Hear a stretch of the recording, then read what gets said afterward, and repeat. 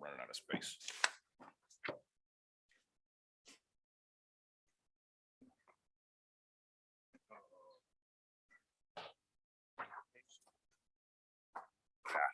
That's all right.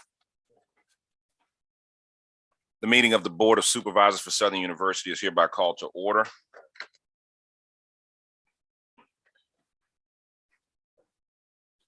Dr. Whitfield. Is Pastor Domain in the building? Yes. Pastor Domain. We have our invocation this morning from Pastor Domain, Senior Pastor at Elm Grove Baptist Church in Baton Rouge. Shall we pray? Oh Lord our God, you are great and greatly to be praised. We trust and believe you and every word that you've spoken about us. We pray even now, oh God, that you continue to protect the campuses of Southern University and all of the historically Black universities as they are under threat in this country. We pray now, oh God, that you will do God-sized things for us, that even now, oh God, you will send an influx of resources that we might grow and accomplish what others thought not possible. We pray, oh God, for every soul that's connected, every foot that walks these hallowed grounds, such that they are so blessed that those who come into contact with them will be blessed. And for the decision makers today, oh God, we pray that you give them clear minds and soft hearts, that they may do what is according to your will. Amen. Amen. Amen. Awesome. Yeah.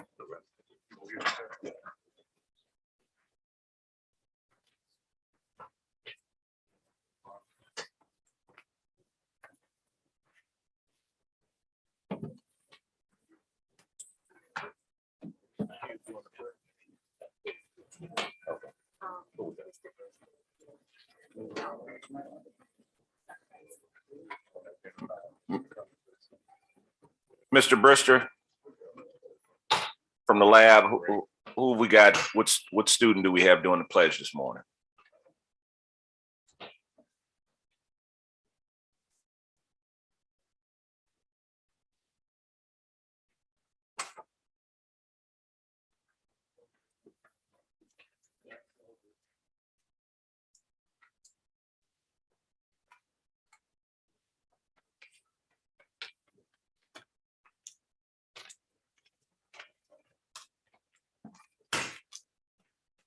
There you go.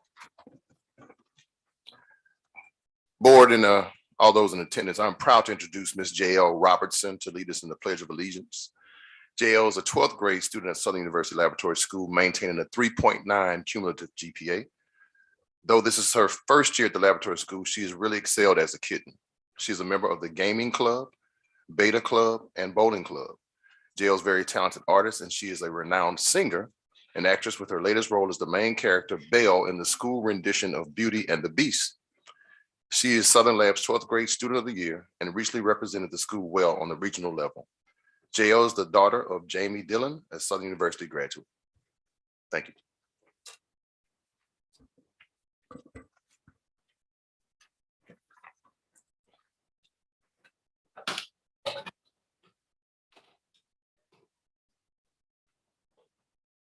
Chairman Shorty, President Belton, members of the board, and distinguished guests, please remain standing for the Pledge of Allegiance. I pledge allegiance to the flag of the United States of America and to the republic for which it stands, one nation, under God, indivisible, with liberty and justice for all. You may be seated. Thank you. Thank you. I hear that singing voice.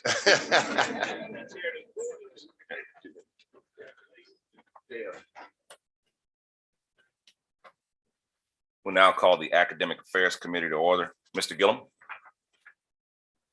Thank you, Mr. Chairman. The Academic Affairs Committee is now called to order. Mr. President, will you please give us a roll call? Yes, good morning. Thanks, sir. Mr. Gilliam, Here. Dr. Tarver, Mr. Lawson, Mrs. Reeves, Here. Ms. Smith, Present. Ms. Williams, Here. Attorney Shorty. Present. You have a quorum, sir. Thank you, Mr. President. The next item of business is the adoption of the agenda. And what's your pleasure, committee? It has been moved with the necessary corrections that we would approve the agenda from the January 7th meeting. Those in favor, please let it be known by sign of aye. Opposers, nay. The agenda is thus adopted. Item number 5 on the Academic Affairs Committee is public comments. Are there any public comments that need to be made relative to any items that are on the Academic Affairs Committee agenda? Seeing no one approach the podium, we haven't been advised of any digital requests. We'll go down to item number 6, which is informational item. And this is an FBI special report. It's an update on the nationwide HBCU bomb threats. Mr. President, who's going to make this presentation? Yes, Mr. Chair and members of the board, as you are aware, HBCUs across this country in recent weeks have been forced to respond to threats that have clearly disrupted campuses and have illuminated hate that continues to be festered across this country. As you may further be aware, that Southern University has always enjoyed a very meaningful relationship with law enforcement agencies across the state, such that they have been present when needed, have provided guidance in accordance with our relationship. And more recently, that guidance has translated to monthly meetings to which we take advantage of their expertise. That has been also furthered with federal agencies to include the FBI. And in fact, we have now began to schedule monthly meetings with the FBI, and they as well have really reached out to HBCUs across this country, inclusive of Southern University. And so this morning, we have a representative from the FBI, a liaison agent to Southern, who's prepared to provide for us an update on the bomb threats and their reaction to it. So Mr. Harris is with us today. I think Mr. Harris is a Southern University graduate. Yes, sir. So please. Good morning. My name is Corey Harris. I'm a supervisor, special agent for the FBI here in New Orleans. As you said, I am a 1992 electrical engineering graduate of Southern University. Just want to give you an update on the bomb threats towards HBCUs. On January 4th, approximately 10 HBCUs received bomb threats via voice over IP and text now applications. On January 9th, approximately 3 historically Black churches also received bomb threats. On January 29th through February 1st, a series of HBCUs, including Southern University, received bomb threats. New Orleans field office is the lead field office in this matter. We've identified 5 individuals who are minors that are located throughout the country. None of them are here in the state that are responsible for, that we believe are responsible for these threats. These individuals, as I said, are minors. Normally, minors are not prosecuted by the Department of Justice. However, in this case, because of the disruption that it's caused, DOJ has agreed to prosecute these individuals. So this is an ongoing matter. While I'm here, I just wanted to talk also about our partnership with HBCUs. I think it's very important that we continue to partner with HBCUs and colleges throughout the US. The federal government has a wealth of resources that are available that HBCUs may not even know about, that you could take advantage to protect your infrastructure and your students and the university as a whole. We also have funding that's available that could be used to purchase things such as cameras and other equipment to protect the university. I also want to talk about a project that I'm working on. I'm responsible for all of the outreach, both public and private sector outreach for the entire state for the FBI. I ask that you leverage me to get things that you may need. One of the projects I'm working on is the Beacon Project. The FBI has approximately 14,000 special agents, and only 4% are Black. We have over 34,000 employees, and only 4% are Black. So the Beacon Project is a project where we're partnering up with HBCUs to try to increase the number of minorities that we recruit and employ within the FBI. Other projects that we're working on, I have my counterpart here, Jeff McKee, he's with Homeland Security. We're working with Southern University's Police Chief, Police Chief Johnson, and also Police Chief Adams at SUNO. We're going to provide training to your departments to protect the university.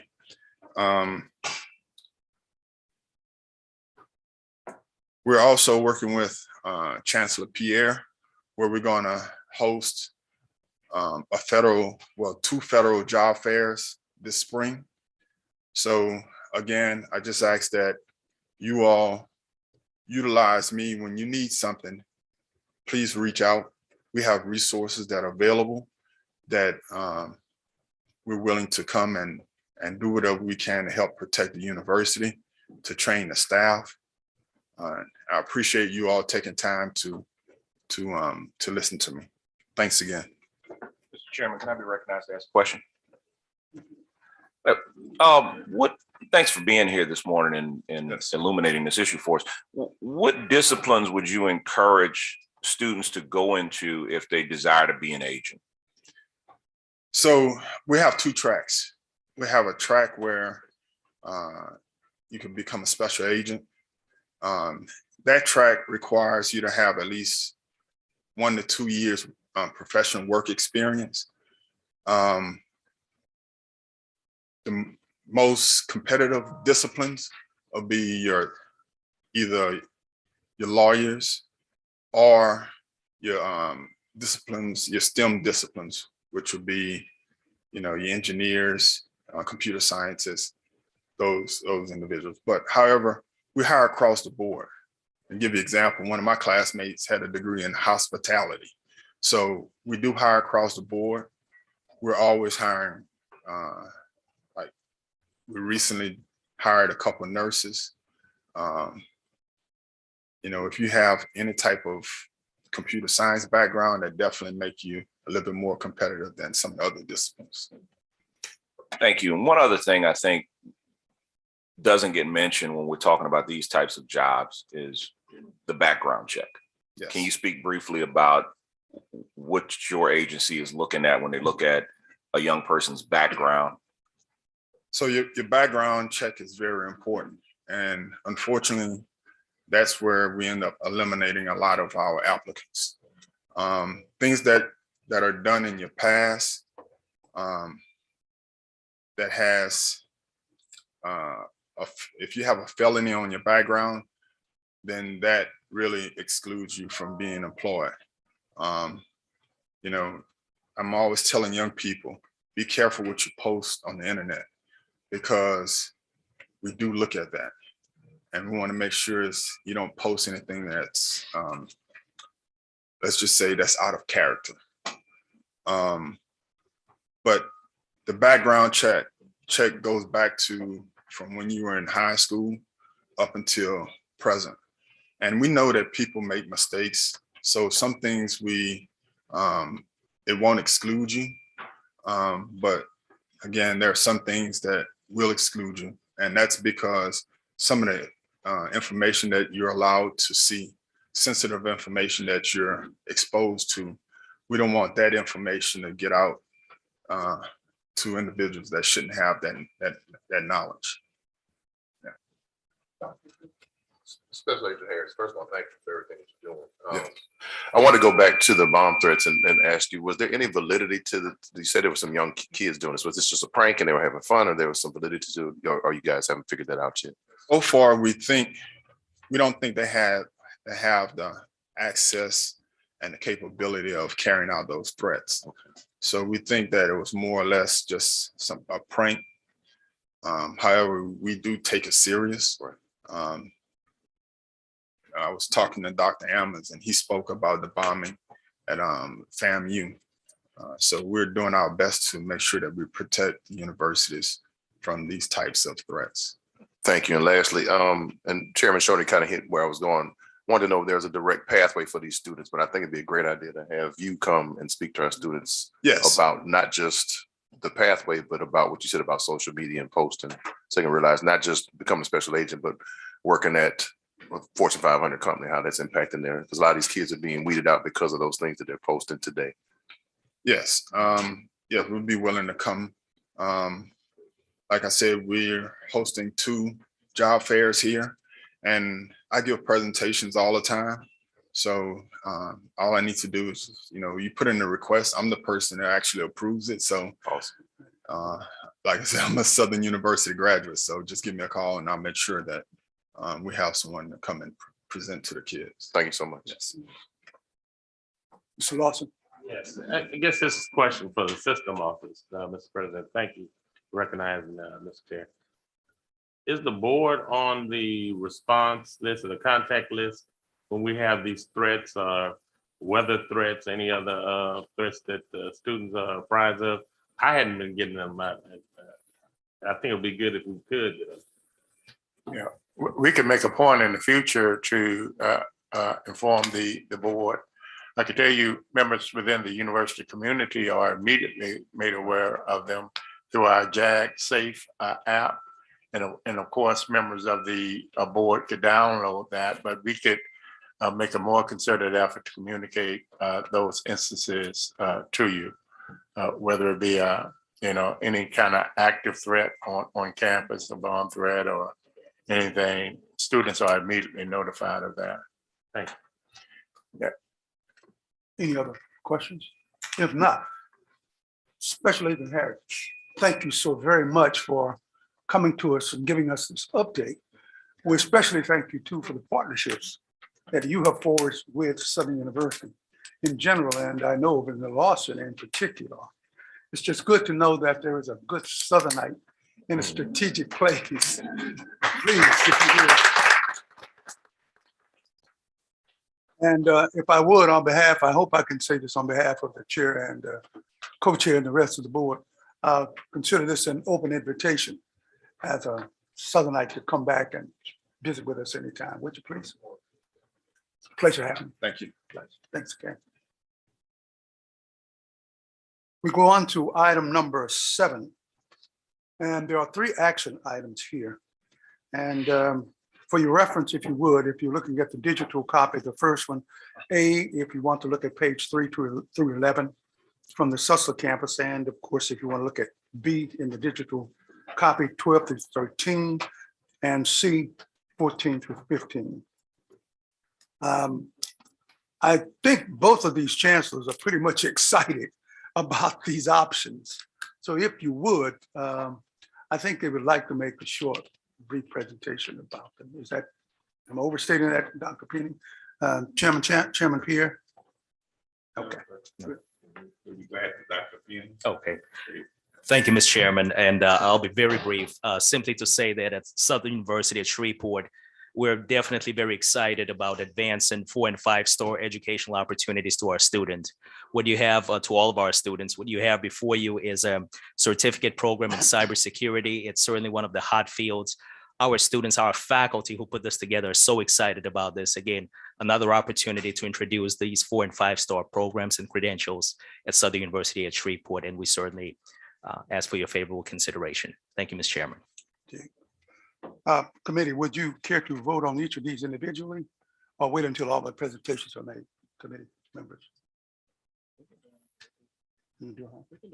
Okay, I hear we want to do them individually. So, okay, we have before us the first one, the request from Shreveport, the request to approve the development of the new program, cybersecurity certificate program. I've offered a motion by Salada Williams. Do I get a second? It's been moved and second that this request would be approved. Those in favor, please let it be known by the sign of aye.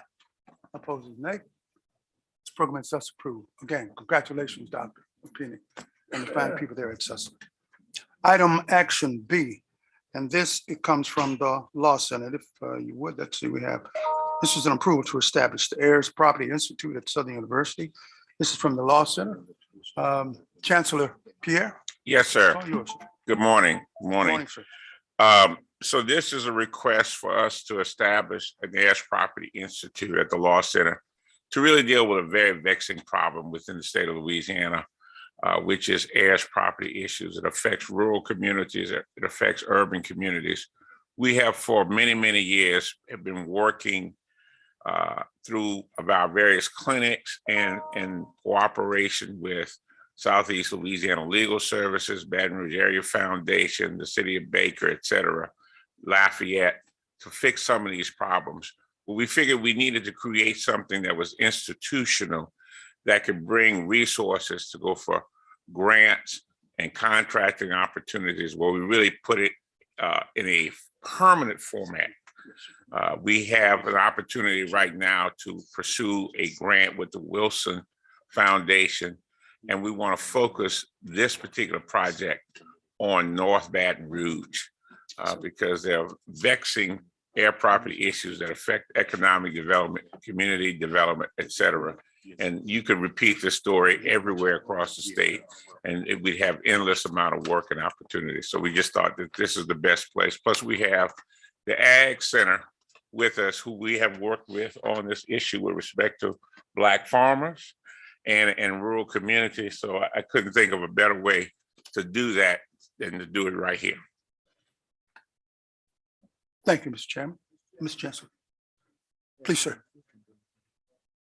I want to applaud the Chancellor for yet another very innovative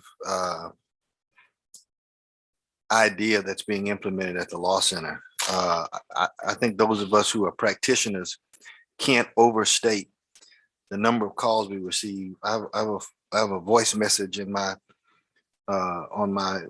phone now from a person who needs some help on trying to clear up some property issues. And unfortunately, because many don't understand the process, don't have the resources to hire counsel to assist them with this. And and for those who do this, understand how thorny this can be, and detailed and intricate and time consuming. I'm very happy to see you do this because I think it'll bring relief to a lot of families who would not otherwise have access to competent representation. So, and I also want to applaud you again. I like the kind of collaboration that's going on between the Law Center and the Ag Center as well. I think that's really good. Thank you. Thank you, Mr. Chairman. Thank you, Mr. Bradley. Are there other observations or questions of Chancellor Pierre? I'm open for motion approval. To move by Mr. Lawrence, and it's been second, that action item B would be approved. Those in favor, please let it be known by the sign of aye. Opposers, nay. Hearing none. Action item B is thus approved. We go to item action 7C. This is a request for approval to establish the Federal and Corporate Solutions Institute at the Law Center. And again, we refer to Chancellor Pierre. Thank you again, sir. So this is in a result of some things that have been happening actually at the Law Center really in the last 3 years. We have been able to garner a number of contractual agreements with corporations, governmental entities, et cetera, that are just straight, you do a service for us, we pay you the money. Most recently, one of the items is with the Baton Rouge, city of Baton Rouge, through a project called the Baton Rouge Advancing Health Literacy Project, and a number of other ones. And so it made sense for us to, again, put this all under one structure and pursue it, because what this does, particularly for SAC-COC, since we are accredited separately as a SAC-COC institution, it makes us look like a SAC-COC institution from that standpoint instead of a traditional law school. And it also adds to the corporate and grants profile for the Southern Baton Rouge landmass in keeping with the strategy of Dr. Belton to really show the full power of the landmass. He's been able to bring in, for example, the research dollars and corporate contract dollars from the Ag Center, and we want to also contribute to that. We have one place where we can do that. So we think this gives us an ability to do this across the country, and there have been other organizations and institutions that want to use our technology and entrepreneurship legal clinic to help them create what we call intellectual property protections for some of their developments and research. So we say, let's take a shot at it and see what we can do. Thank you, Chancellor Pierre. Are there questions, observations? Your pleasure. It's been moved and second that action item number 7C would be approved. Those in favor, let it please be known by sign of aye. Opposers, nay. This motion is thus approved. Did I miss anything? Good. We go on down to item number 8, other business. Other business. I do have one aspect, speaking with the co-member of this Academic Affairs Committee, Mrs. Smith. And if you would, it's a kind of just a request, Dr. Salko, if you would, an observation that we were making, and it comes dealing with the school or the Department of Education.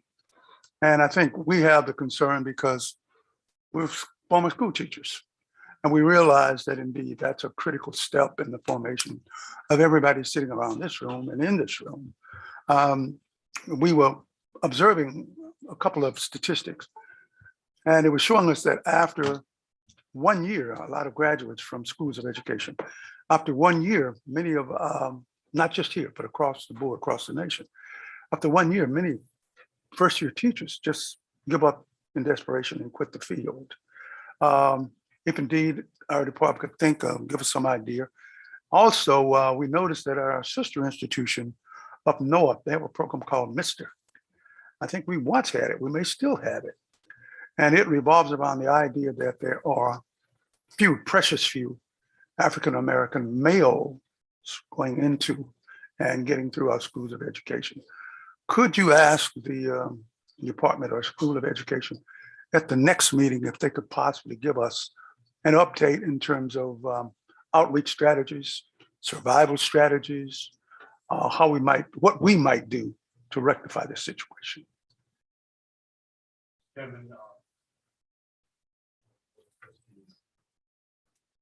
Thank you so much for the opportunity.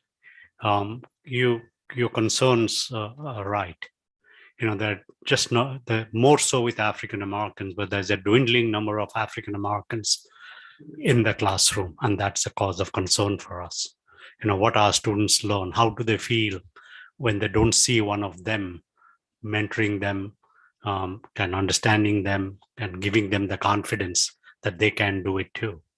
And a lot of these students are in disadvantaged school districts. So it's all the more important they have a caring soul and a person who reaches out to them and says that, yes, you can, like we do once they cross high school and come to our campus. And that's what I think is the legacy of HBCUs. So having said that, we are struggling in terms of our numbers in the School of Education. And we had a task force looking at it, and it was also represented by administrators, by the representative faculty. the president authorized it, and we had people from the community, from the school boards, and we have recommendations from that. We had a program prioritization committee looking at, and so you can expect, now that you have asked us, I had preliminary discussions with my president chancellor, and I think it's the right time, it's the right focus, and what do we do next, in terms of reviving it, strengthening it, and it's certainly a great opportunity. One of the challenges we're having, and that's where our creative ideas need to come to the forefront, is many of the, first of all, this is one better understanding of what's preventing us, I think will help. In the law school, let's say you complete your course requirements and then you take the bar and you become a lawyer, you're licensed. In the business school, in accounting, you pass, you get a degree, and then an accounting degree, and then you take the CPA license and you become an accountant. Or same thing with real estate, you take the courses or take that, and then you become, but for some reason or something, it's interesting as to how in the School of Education, you cannot progress unless you pass certain benchmarks that will make you qualified to be a teacher. So they want you to clear praxis 1 and 2 before you could progress to the 300 and 400 level. And that's one of the major roadblocks as to why we see such small numbers. So the students we recruit have difficulty progressing to the next level because of the praxis. And we have praxis in-house, we're providing praxis training, but that is a roadblock, and there is a conversation going on as to how we can mitigate that so that the students should be allowed to complete their course requirements, gets a degree, and then they can choose to get the license and be a teacher. I think that it prevents a lot of minority, African Americans, people of color going through the process, and then because there is a maturity that is needed while you're in college to do the praxis and complete the course requirements to be a teacher. But I think there is ongoing conversation with the Board of Regents to remove that roadblock, and I think we will succeed with that. Compounding that problem, Mr. President, I've talked with him also about it, is that you can somehow see this as a roadblock and get a degree in something else. And you can come back to what is called a lateral entry. And you don't have that, you have 3 more years to be able to be licensed. So, you allow people to come through the lateral, but you don't allow people to express interest in education. But these are something that we will be advocates of. I'm very aware of the issues, and we are doing the advocacy. But if you can have lateral entry, I don't think, and many a times, let's say somebody goes through, should get a degree, and they may not choose just to be in the classroom. They might be doing something in the virtual world. There might be something doing in terms of educational administration. But this roadblock of the praxis is really preventing us from graduating more numbers of students. I'm going to end because, for paucity of time. The other thing is that in order to have the large numbers, we as an HBCU, we can't just expect people to come to us. We have to go to the high schools. We have to go, and outreach and say that this is a viable option. Many a times when I came, I looked in Baton Rouge. I'm sorry, because I'm very informed about it. A good, sometimes, even though the salaries are low, the salaries are not that low in terms of what you make as a teacher compared to sometimes they're higher than what a PhD would get at a 4-year institution.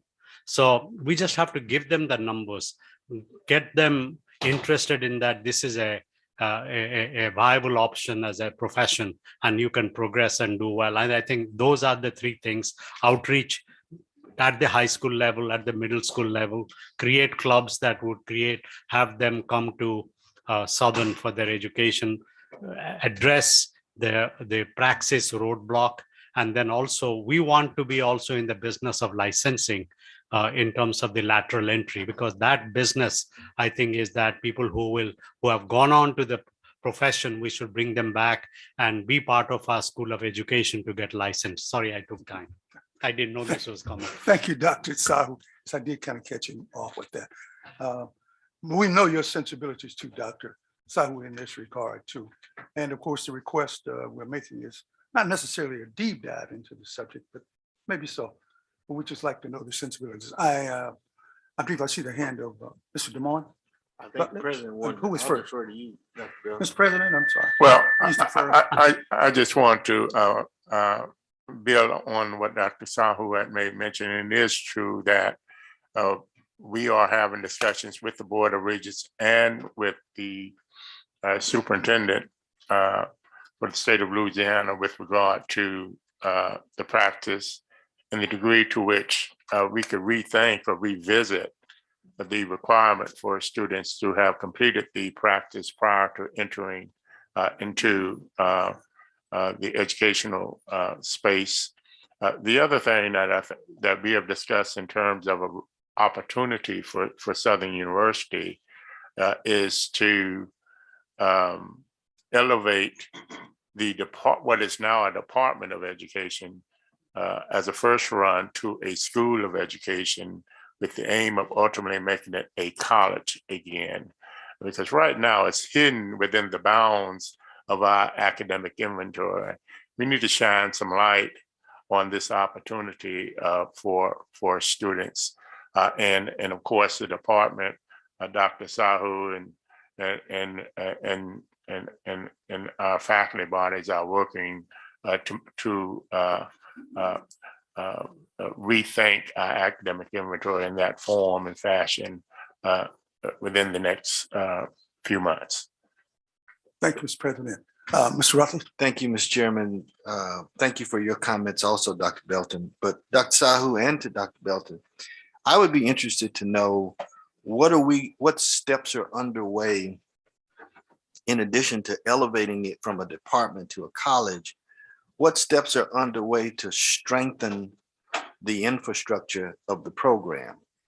It's my sense, and correct me if I'm wrong, that one of the reasons why we see now the current process in place is because colleges and universities, Southern among them, were graduating students with a degree in education who could not pass the praxis. And so it's one thing to have a degree, but another to be qualified to have the job. And so that's one thing. And I think we ought to take a very comprehensive look at what we're doing. Number two, we follow this conversation about alignment to workforce demands, right? While there is a demand for teachers, unfortunately, the pipeline is not that great. As a matter of fact, the RAND Corporation published a study just last year nationwide where 1 in 4 teachers and said that they would be out of the classroom in the next 3 to 4 years. For many of them, the working conditions are tough and the pay is very low. And then when you compound that with a high stakes accountability model, it's a tough environment for them. And so as a consequence of that, you don't see a lot of people who would traditionally follow that path doing so. Also, because of the praxis challenge, you have a lot of K-12 institutions now, and they're available for people to pursue alternative certification pathways. And so for people who decided they wanted to be say a chemical engineer or an accountant or something, and later on said, you know what, I feel like my calling is to be a teacher, there are alternative certification programs for them as well. But ideally, I'd like to see us eliminate the barriers for students to get into the program. But I also want a quality program to offer them to ensure that to the extent they do get in the program, graduate, that they're going to be equipped and empowered to successfully take the practice examination. Otherwise, we're right back where we're starting. Thank you, Mr. Rutledge. Dr. Tarver? Take a look at is the recruitment package that you're using, the standards for the type of students that you're looking for. But more importantly, we need to strengthen our scholarship programs as a way of recruiting these students. These students are looking for the best offers they can get, whatever field they go into. If education can't compete with the other fields, then we're on the outside. So we need to look at the whole question of how much are we offering, under what conditions and circumstances are we offering it? What do we need to do to strengthen the offer in order to attract those students to our school? Please, did another board member have a hand up? No. Just one. Okay, Dr. Sahu. When we talked with, persons in the high school and the leadership there in terms of attracting students, that came up first is scholarships. How many other schools take away persons we could attract to our campus. And I would like to, I will yield to my president chancellor, but I would love for us to have some dedicated scholarships and then engage corporations and engage institutions that are interested to mitigate. Mr. Attorney Rutledge mentioned RAND Corporation. If they're engaged, ask their involvement in this, or maybe like Gates Foundations. But that seems to be the first variable as to what would bring students to Southern would be a focused, dedicated scholarship. Until we get that number, I think it'll be really good to say this is important for us. Money speaks, and so that's what we need to do. Thank you very much, Dr. Sahu. Any other comments? We also want to thank the other board members who offered suggestions and observations. So again, would you just, Mrs. Smith, sorry. I would just like to say that I'm glad to see the discussion come back up on education. And I hope that we will not drop the ball this time, because we started it several years ago. We started it 2 years ago, and now we're back at it. But if we keep dropping the ball, I don't know what we need to do in order to bring it to another level. But whatever it takes, I would like to see the president and whomever you all decide to form some kind of committee of support for education so that we can move it. Thank you. Thank you, Mrs. Smith. Thank you very much. And thank you again, Dr. Sahu. We'll look for a follow-up on subsequent meetings, if you will. Other business, any other business? Next item is number 9. Okay, it's been moved that we would adjourn. Those in favor, please be known by sign of aye. Opposed, nay. We are thus adjourned. Thank you. Before we turn to our Facilities and Property Committee, I'd like to remind the members to please speak into the mics so that the minutes are clear, and for our committee chairs to state the name of the individuals making the motions and who seconded, so I can stop getting aggressive emojis from our staff. Mr. Gillum, Facilities and Property Committee. Here, the Facilities and Properties Committee is hereby called to order. Mr. President, please give us a roll call. Yes, sir. Mr. Gilliam. Here. Dr. Whitfield. Here. Mr. Bartholomew. Here. Mr. Hilliard. Here. Mr. Lawson. Dr. Tarver. Attorney Shorty. Here. You have a quorum, sir. Thank you, Mr. President. So we're down to adoption. We just did the adoption of the agenda. It's your pleasure. So move, Dr. Whitfield. It's been moved by Mrs. Smith and second by Dr. Whitfield that the agenda would be approved as printed. We're down to item number 4, public comments. Are there any public comments that are germane to the items in the Facilities and Property Committee agenda? Seeing no one approach the podium, we go down to item number 5, and this is an informational item, and we want to simply offer it for your reference. It is referenced in our digital pack, and if indeed there are any questions about it, we're open for that. Otherwise, we're going to the next agenda item. Are there any? Here is none. We'll go down to item number 6. Is there any other business to come before the Facilities and Property Committee? Hearing none, we'll move down to item number 7, adjournment. So moved, Dr. Whitfield. It's been moved by Dr. Whitfield and second by Bartholomew, that we will consider ourselves adjourned. The Facilities and Property Committee is thus adjourned. Thank you for your efficiency, Mr. Gillum. We will now turn to our Finance Committee, Ms. Williams. Thank you, Mr. Chair. I would like to call the meeting of the Finance Committee to order. Roll call, please. Yes. Ms. Williams, Present. Mr. Lawson, Mr. Gilliam, Mrs. Reeves. Here. Attorney Rutledge, Dr. Tarver, Attorney Shorty. Present. You have a quorum, madam. Thank you. I would like to move for adoption of the agenda. Do I have a motion? Moved by Mr. Lawson, second by Mr. Gillum. All those in favor? Any opposed? Motion passes. I have one public comment. It says, let's see, Susla is facing a financial crisis after the departure of previous leadership, which may lead to downsizing of employees.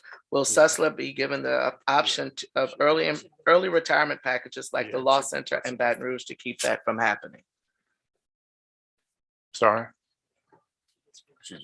So the question was the public comment, and it's coming from the Susla Staff Senate.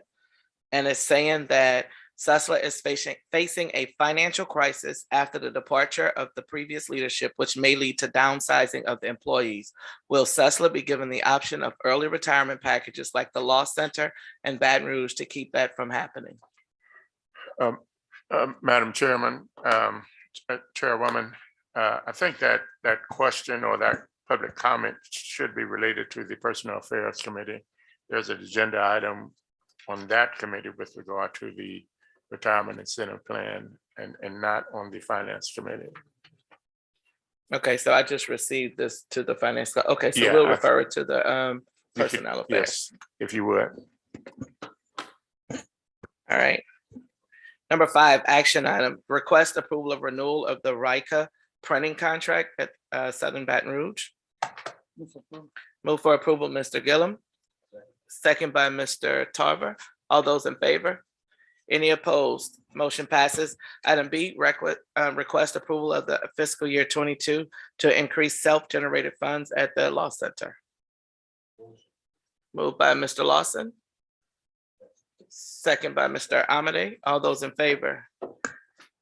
Any opposed? Motion passes. Item 6, informational item, the interim financial reports, you should have them received. Is there any other business?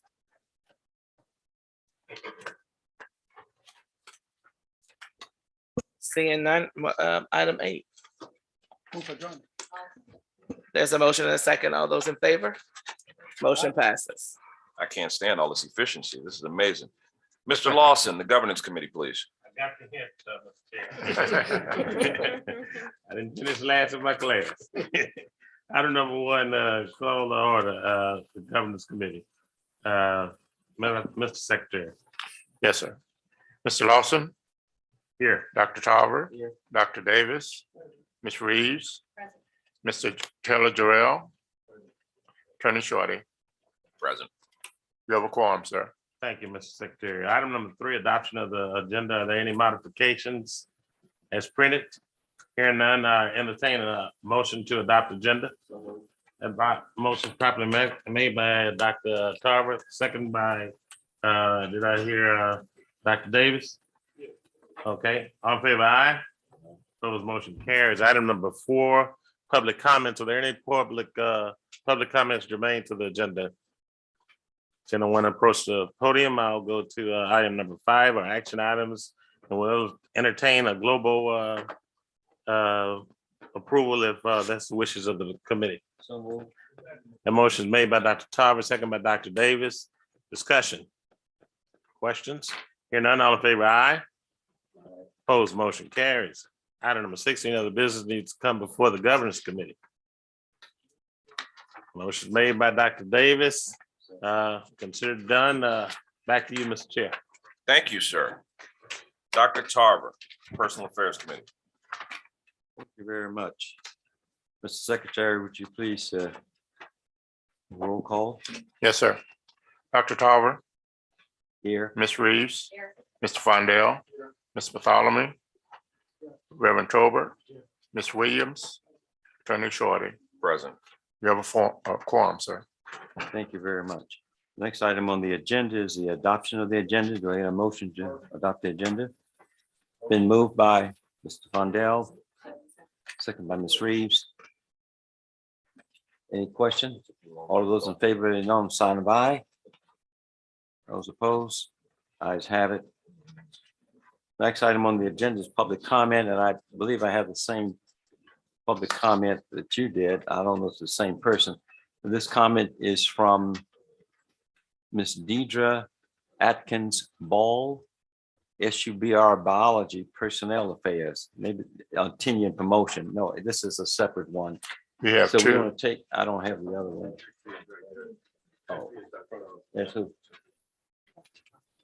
Oh.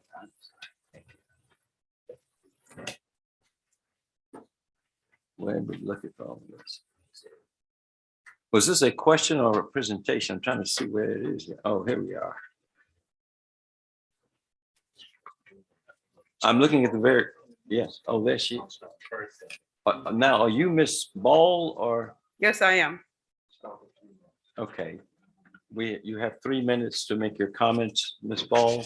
Yes, sir. Would you introduce yourself?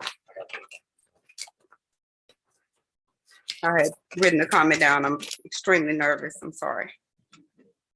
Good morning, distinguished board members. I am Deidre Atkins Ball, an assistant tenure track professor in the biology program of the College of Sciences and Engineering. And thank you for letting me comment today. By the time names of faculty members who have successfully completed the tenure and/or promotion process make it here to this board for confirmation, it is assumed that all have gone through a rigorous but fair 3-level evaluation process based on guidelines set forth in the faculty handbook, and these individuals passed the test. But what about the names of those faculty who applied, but whose names you don't see listed in today's board packet? Why were they not successful? I don't know why other fellow colleagues were unsuccessful, but I can tell you my story. Simply stated, tenure and promotion in the biology program is based on whether or not the tenured faculty in the program like you and therefore choose to support you. Yes, you heard me correctly, like you, well enough to provide help or mentorship. In my case, no committee was formed when I arrived 17.5 years ago to guide my path to tenure, as is stated in the faculty handbook. The biology program is run by its 3 most senior tenured professors, and I don't mean that in a good way. One of these senior tenured professors liked a promotion candidate so well that she allowed the candidate access to confidential applicant files last year, which is why the applicant was forced to reapply this year when it was discovered. 2 of these senior tenured professors liked a tenure and promotion candidate so well that they supported the candidate to receive tenure after only serving 3 years as a tenure track assistant professor. And today, after only 4 years, that same candidate is being confirmed as a tenured associate professor. Both of these candidates' names are on your list today, but not mine. I reapplied this cycle after being given the opportunity to do so by President Chancellor Belton. According to a letter I received this year, my application was denied because I was deficient by 3 points in criteria 2, research and publication. I submitted 2 published co-authored papers and 2 creative works, which were abstracts and corresponding articles that had been submitted and accepted to a conference. So what happened in my case? On March 23rd, 2021, I filed a grievance against the department chair along with 3 other female faculty members and became a target of the chair and the dean of the College of Sciences and Engineering, who strongly supported that chair. By the time I applied for tenure and promotion in September of 2021, the dean was also serving as interim chair of my department. He announced there would be no department level evaluation of biology candidates, but then secretly convened a department RTP committee, excluding 2 tenured faculty members who were in support of my application. Excuse me, Ms. Ball. Yes. You've exceeded those 3 minutes, number one. Number two, out of courtesy, we've allowed you to make the comments, but that's not a direct comment. There's a policy in that very book that you talk about on the handbook that prescribes the manner in which this issue you're talking about should be addressed. And apparently it has not been addressed because it has not come to us in that form. So I would admonish you perhaps, I assume you've talked to your chancellor, you need to get some legal counsel in terms of following that process by which that could even get this far. Yes, sir, and I understand, but oftentimes the real story doesn't get all the way to those people who make the final decision. That may or may not be the case, but in terms of what governs the comment column here, it's about an item on the agenda, and it's not a debate on the discourse of the issue. And so I'm saying that there must be some other process. I see someone in the back of the room who's head of personnel for the state, Ms. Tracy. Should she not? Yes, sir, and I've dealt Is with that her her too. back there? Yeah, you already, okay, I'm sorry, I couldn't see you too well. That you've already dealt with that? I've already dealt with her. Okay, then if it's come to us to deal with, it has to go through a process. And this is not the process. We did allow you to make a comment, but we can't adjudicate this. We can't even do anything about it. This is only a comment section. Sir, it is just a comment. It's not with an You seem like you're expectation that making the anything be entire done. case, and it's more than a comment, and we've heard that. And the members here who are anxious to see it resolved, this will not be the moment in which to do so. So if you said you followed up, Ms. Tracy, do you have anything on this? I don't want to try to attempt to, yeah, I'm not trying to discuss it. I just want to know whether or not she keeps referring to her, and I want to find out. Her issue is separate from her senior. I see. her senior promotion issue. Okay. Would you please advise her as to the appropriate fashion for that issue to come to the board if it makes it to this board? It needs to follow the policy process. Thank you so much, Ms. Ball. I appreciate it. Yes, sir. Since we are referring to people, individuals in that department, and I think I know all of them, I think this should be a executive session type discussion if we're going to hear from her, which you corrected me on a comment. Yeah, but it's not an agenda item specifically for I that hear you. purpose. I hear you. I'm agreeing with you, but I'm just suggesting that that when we referring to individuals, and I know we have 2 attorneys sitting over there, and we got about 5 on this board, we probably should be in an executive session. That's just a comment. Thank you. Mr. Chair. Yes, sir. Mr. Chair, and with all due respect to Professor Ball, I think the latter comments that she made is in reference to an ongoing grievance, and that grievance has not been exhausted. And so I would encourage her to allow that grievance to be exhausted at such time. It is our hope that it could be resolved in keeping with our process. But it would not be appropriate to adjudicate that in this forum at this particular time.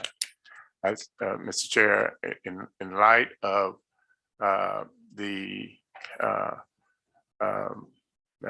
in light of your kind patience, I believe Ms. Ball comments, the comments that she had made relative to promotion and tenure would constitute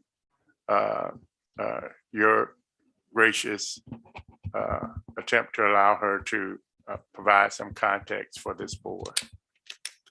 I trust that you guys will work with her to try to get this matter appropriately presented to this board. We will. I certainly am aware of her frustration, but I nevertheless would request that she allow this process to unfold as prescribed by the faculty handbook. Thank you, Mr. President. I think we have one other comment. And thank you for coming up there. Takes a lot to stand before this body and make the comments you made, and I'll be derelict in my duty, and I think all of us, if we didn't take this seriously, and I think we are about what you're saying, and I'd like to see beyond what she's saying throughout the system, the personalities are getting in the way of folks making it through tenure and promotion. And I'd like to see some guarantees from the leadership to assure that personality is not stopping folk who may be worthy of promotion, continue from getting here. And certainly we are very much sensitive to that. And you know, our process is guided by the aim to be fair and to assess faculty members individually in terms of their productivity. And obviously, Ms. Bell has the wherewithal to appeal her denial for promotion and tenure. And in the latter sense, she has exercised the right to submit a grievance with regard to her complaint. And so in both cases, we have processes that hopefully will bring some resolution to the concerns that she has expressed before this board. Thank you. Excuse me, I'm sorry. I had Dr. Davis asked to make a comment. Dr. Davis. Yes, Professor Ball, is it? Yes. Yes, I just want to reach out to you from a personal standpoint, because I understand where you're coming from, having been a faculty member from assistant professor all the way up to dean. For you to have the courage to come before this very scary board and put yourself on the line, your integrity, certainly putting your reputation on the line, because these things continue to follow you throughout your academic career. So I just want to continue to encourage you, but do as much research as you can. And if you can, get some professional help. Now, at one time we had a faculty union, and I was the president of the faculty union for 10 years. You wouldn't have been standing here by yourself. You've been having a legal counsel with you. We don't have that anymore. I think the faculty senate at one time would stand up for faculty when they're facing these types of issues. And I don't know where that's gone, but I do want to continue to encourage you. There is a process, as you've been told by former president, former chair of the board, faculty member telling you correctly. So we're not trying to discourage you, we're trying to encourage you, but try to follow the process if you can. Thank you very much and good luck to you. Yes, sir. Thank you all. Thank you, Mr. Where's, now we're back to the, we're going to action items. And I think there was we still have another public comment. Is a person who, oh, I'm sorry. This is a little confusing. Is this a board member making this comment? No, Oh, I apologize. Thank you. I think there's another public comment. Is a person present who provided this comment? It's just an electronic one? So it's a matter of simply reading it and noting it for the record. This is on behalf of the Susla Staff Senate. I'm rereading the one that Ms. Williams read for the record. Summary of public comment. Susla is facing a financial crisis after the departure of previous leadership, which may lead to downsizing of employees. Will Susla be given the option of early retirement packages like the Law Center and Baton Rouge to keep that from happening? I want to ask our attorneys, who should we refer this to? This question. It won't be addressed at this time, but it's a comment. It doesn't need to be addressed. Pardon? The public comment just needs to have an opportunity to be heard at the appropriate committee hearing, at the appropriate committee meeting. Yeah. And so now that it's been addressed, it's been concluded. Well, I won't think it, I won't agree it's been addressed, but at least we have at least mentioned it. But it does need to be addressed by the campus itself.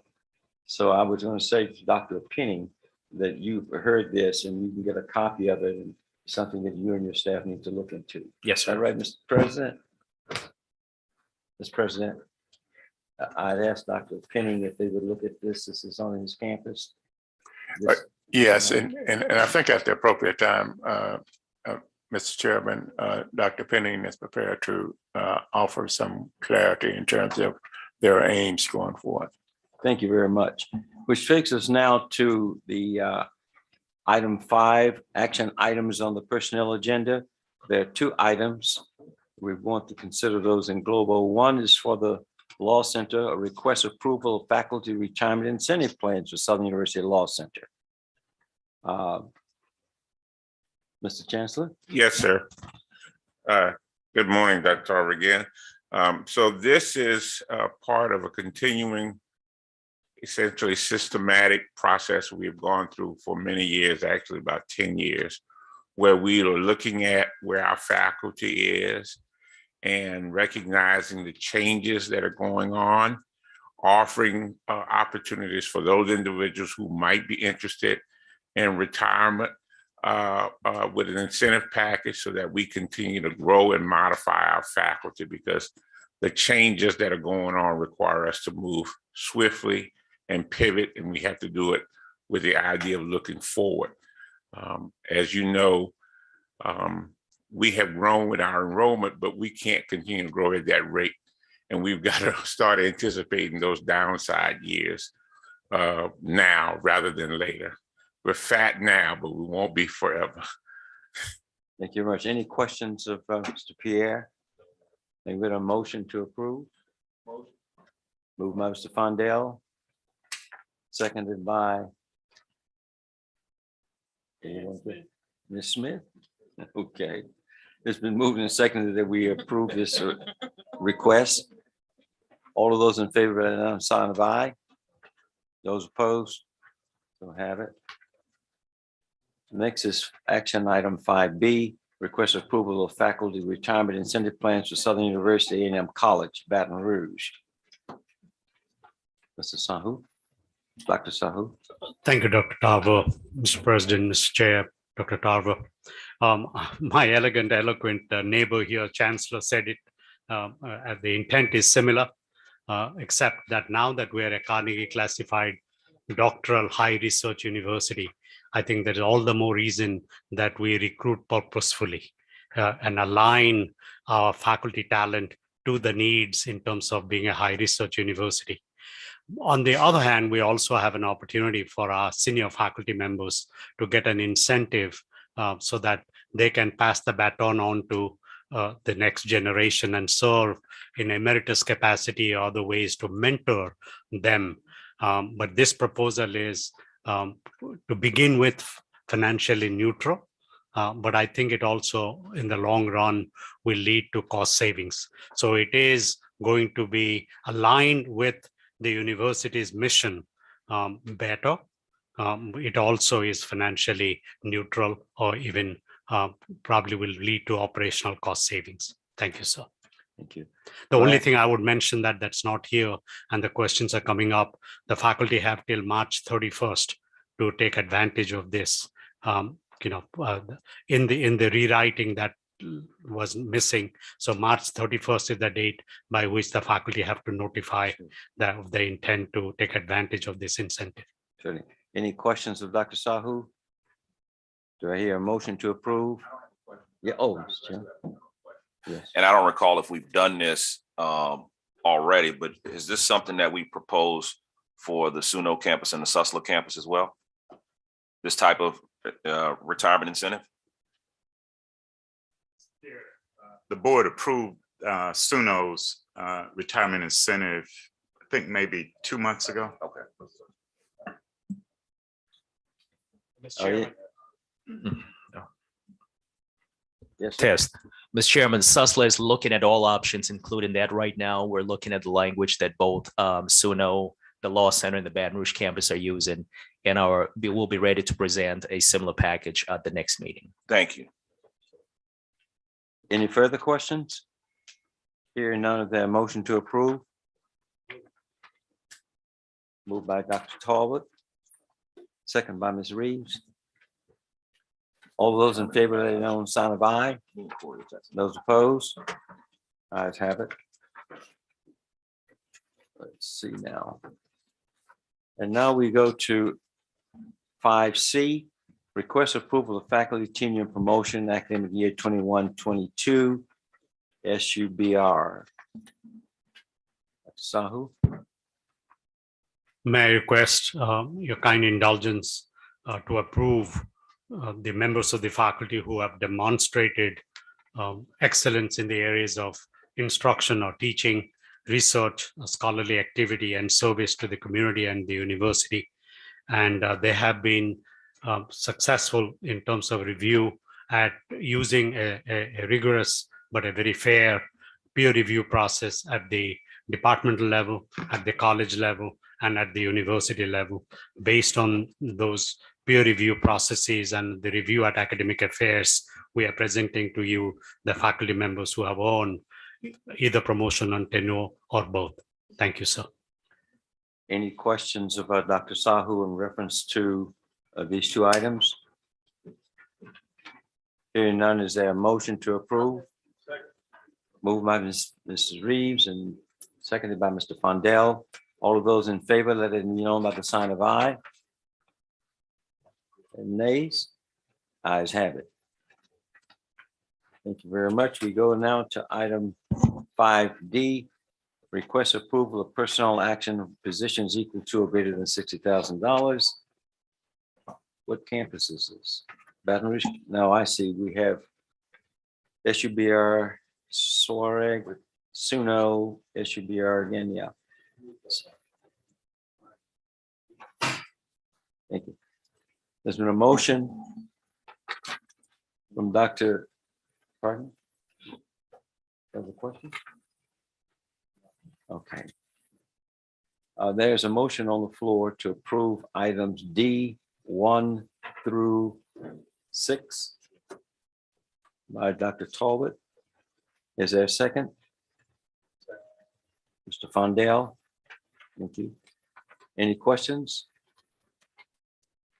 All those in favor, let it be known by the sign of aye. Those opposed? Ayes have it. So approved. That takes us to item 6, informational item. Seeing none on the agenda, we go to item 7, other business. Is there any other business before this committee? Hearing none, we have a motion to adjourn. So moved by Ms. Reeves and seconded by Mr. Fondell. Committee stands adjourned. Thank you, sir. We will now turn to our Recruitment and Admissions Committee. Ms. Williams. Yes. Ms. Williams, Here. Ms. Fondell, Attorney Amity, Mr. Gilliam, Mr. Hilliard, Mr. Taylor Jarrell, Attorney Shorty. Here. You have a quorum. Thank you, and I apologize. I called this meeting to order, the Recruitment and Admissions Committee. Are there any public comments? Seeing none. Item 5, informational item, recruitment updates by campuses. Suno.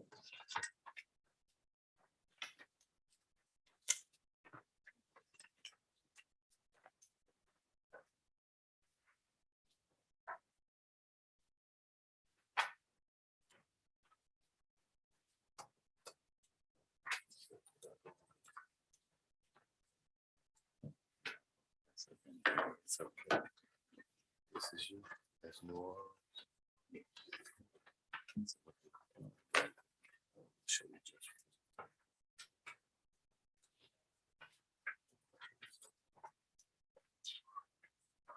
Slideshow.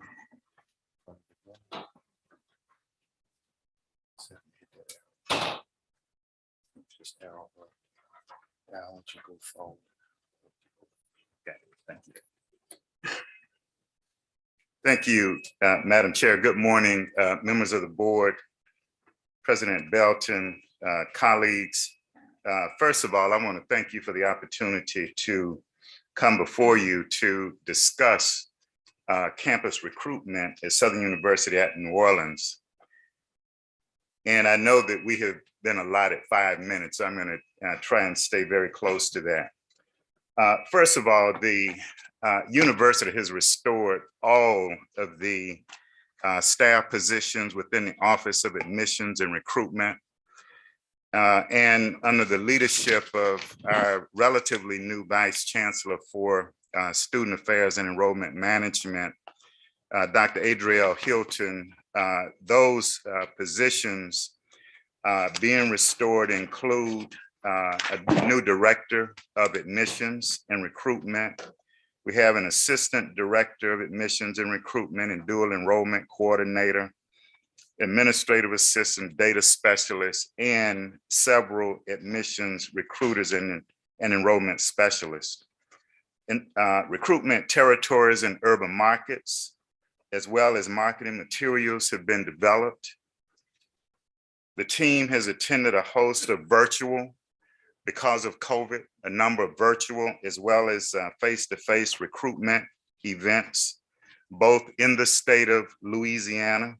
For example, we just participated in a program at River Parish's community college, their community college fair.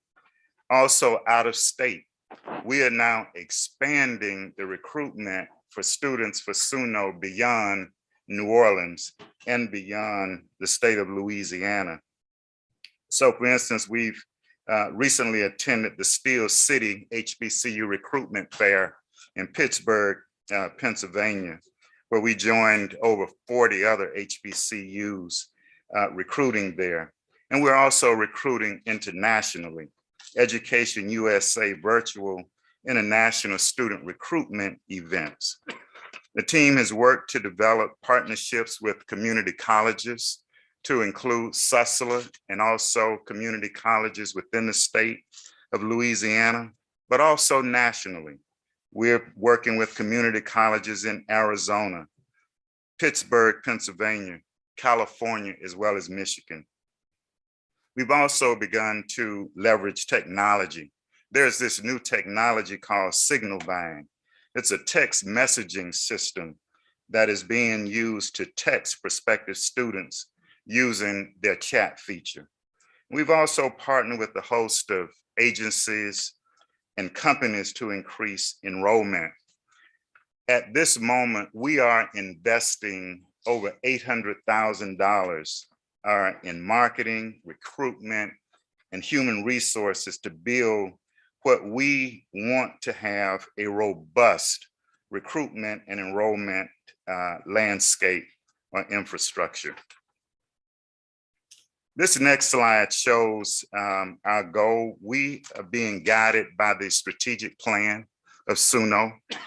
And for this coming fall, the fall of 2022, our goal is to have 3,184 students. This is according to our strategic plan. Now, this is an aggressive move for us because if you take a look at recent enrollment numbers, in fall of 20, we had 2,181 students. In the spring of 21, there were 1,813 students. Fall of 21, we had over 2,000 students, 2,065. And this spring, we're just under 2,000 students enrolled at the university. But what is important about this number for this semester is that we have exceeded the spring enrollment of last year. So again, a host of strategies are currently taking place to increase the enrollment of students. Traditional virtual face-to-face recruitment fairs at high schools, community colleges, and international. Advertisement on Facebook. We're using social media, premium TV, Instagram in the state of Louisiana, Florida, and Mississippi. And we have seen an increase in our dual enrollment students. You may recall this fall, we had over 600 dual enrollment students at the institution. This coming fall, our goal is to have 700 dual enrollment students. We've budgeted over $400,000 for scholarships. Dr. Tarver mentioned scholarships a few minutes ago.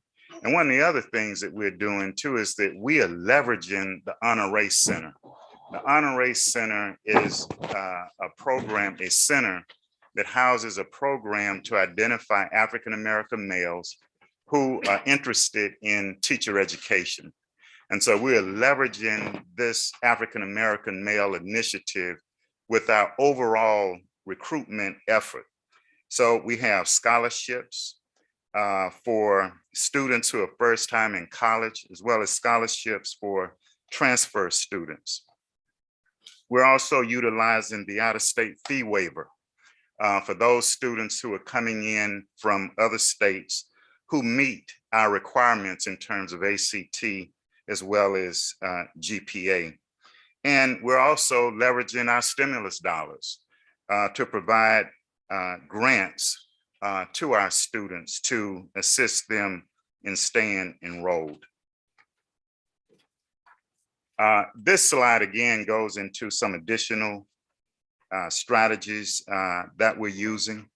And one of them for SUNO, when we talk about enrollment, recruitment, what we realize is that retention is also an enrollment growth strategy.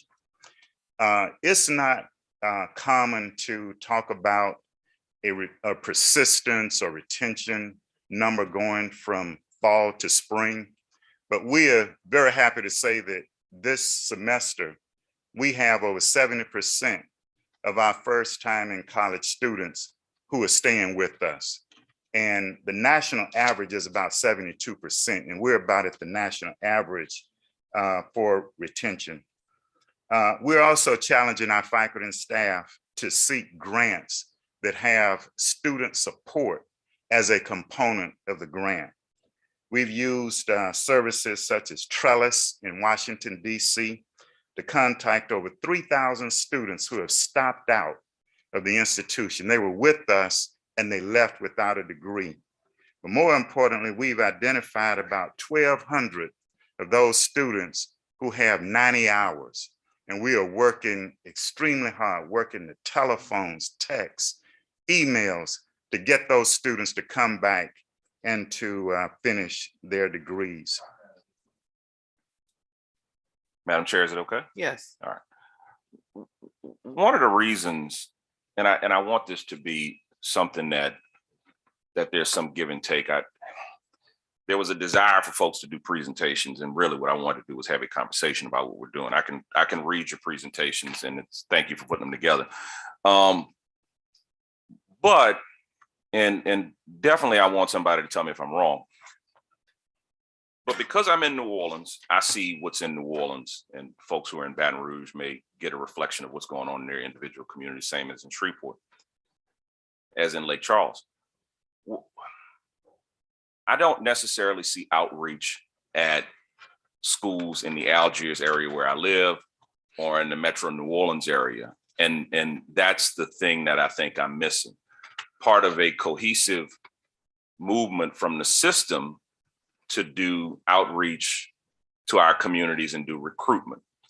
And maybe we're doing it and I'm just missing it. I think if you're recruiting in an area where a board member is, we probably should be sending an email saying, hey, look, I'm going to this school that's down the street from your house. I'm going to this thing, I'm doing this event. Hey, can you come out? And that could be for any one of us at any location. It's because of emails, it's really easy to get us involved and say, hey, look, these are the events we got going this week in your general area. And can you come through and say a few words, or if you know elected officials who are alumni of the institution, can you get them to pass by, or other community leaders, can you get them to pass by? So I get the checklist that we've got here. I don't know if it translates into me seeing outreach kind of boots on the ground thing. And that is why this is on the agenda. And I want to make it clear so that everybody understands where I am on this. I did not want to hear from the law school on this particular issue because the law school isn't where I'm seeing an issue. I'm seeing an issue on the Baton Rouge campus, the New Orleans campus, and the Shreveport campus. And if I am wrong, I am more than willing to have you tell me, anyone tell me that I am wrong. But I think we're not putting enough effort into recruitment. And this board, having spoken to everyone, wants to be involved in recruitment. Get us involved in recruitment. And I don't want you to think I'm picking on you either, because you just so happen to be the first one up. So No, since you jumped, you on the mic. Right, right. So first of all, there is outreach in New Orleans. Okay. As a matter of fact, over 90% of our students are from New Orleans. And as I said right at the outset, we have just filled all of our positions. All right. So, And Doc, so if 90% are from New Orleans, what we doing in Texas? And I mean, how much outreach we going out of state if the majority of the student body is New Orleans folks? well, SUNO has a special issue. We have a residential facility that we need to fill. Students from New Orleans stay at home. So now we're going beyond New Orleans, across the state of Louisiana and across this country, so that not only will we increase the enrollment, but we will increase the number of students living in our housing, which, by the way, has no debt. What's the occupancy in our housing? Today, we're somewhere around 300, and we have 698. 50%. Okay. Yeah, so that's the reason. Plus, the other thing, New Orleans is a destination. And for, at least in recent years, we haven't gone beyond New Orleans and the state of Louisiana. We think that there's plenty of opportunity out there. The other, and I'll just say this, we're also targeting veterans. We have a robust veterans program where we're engaged in the recruitment of both ROTC students in high school, but also veterans. We have attended the Blue Ribbon deployment event right here in Baton Rouge. We're recruiting at Jackson Barracks and the Naval Station at Belle Chase, as well as other military related organizations across the state. Now, we're also partnering with the Charter School Network in Louisiana. In New Orleans. We have 22 University Fellow Scholarships to Inspire NOLA Charter School. So indeed we are, and we'll take you up, Mr. Chair, on your invitation to come with us as we recruit. I have Mr. Lawson has a question, and then Mr. Fondell. Okay. Thank you, Madam Chair Lady.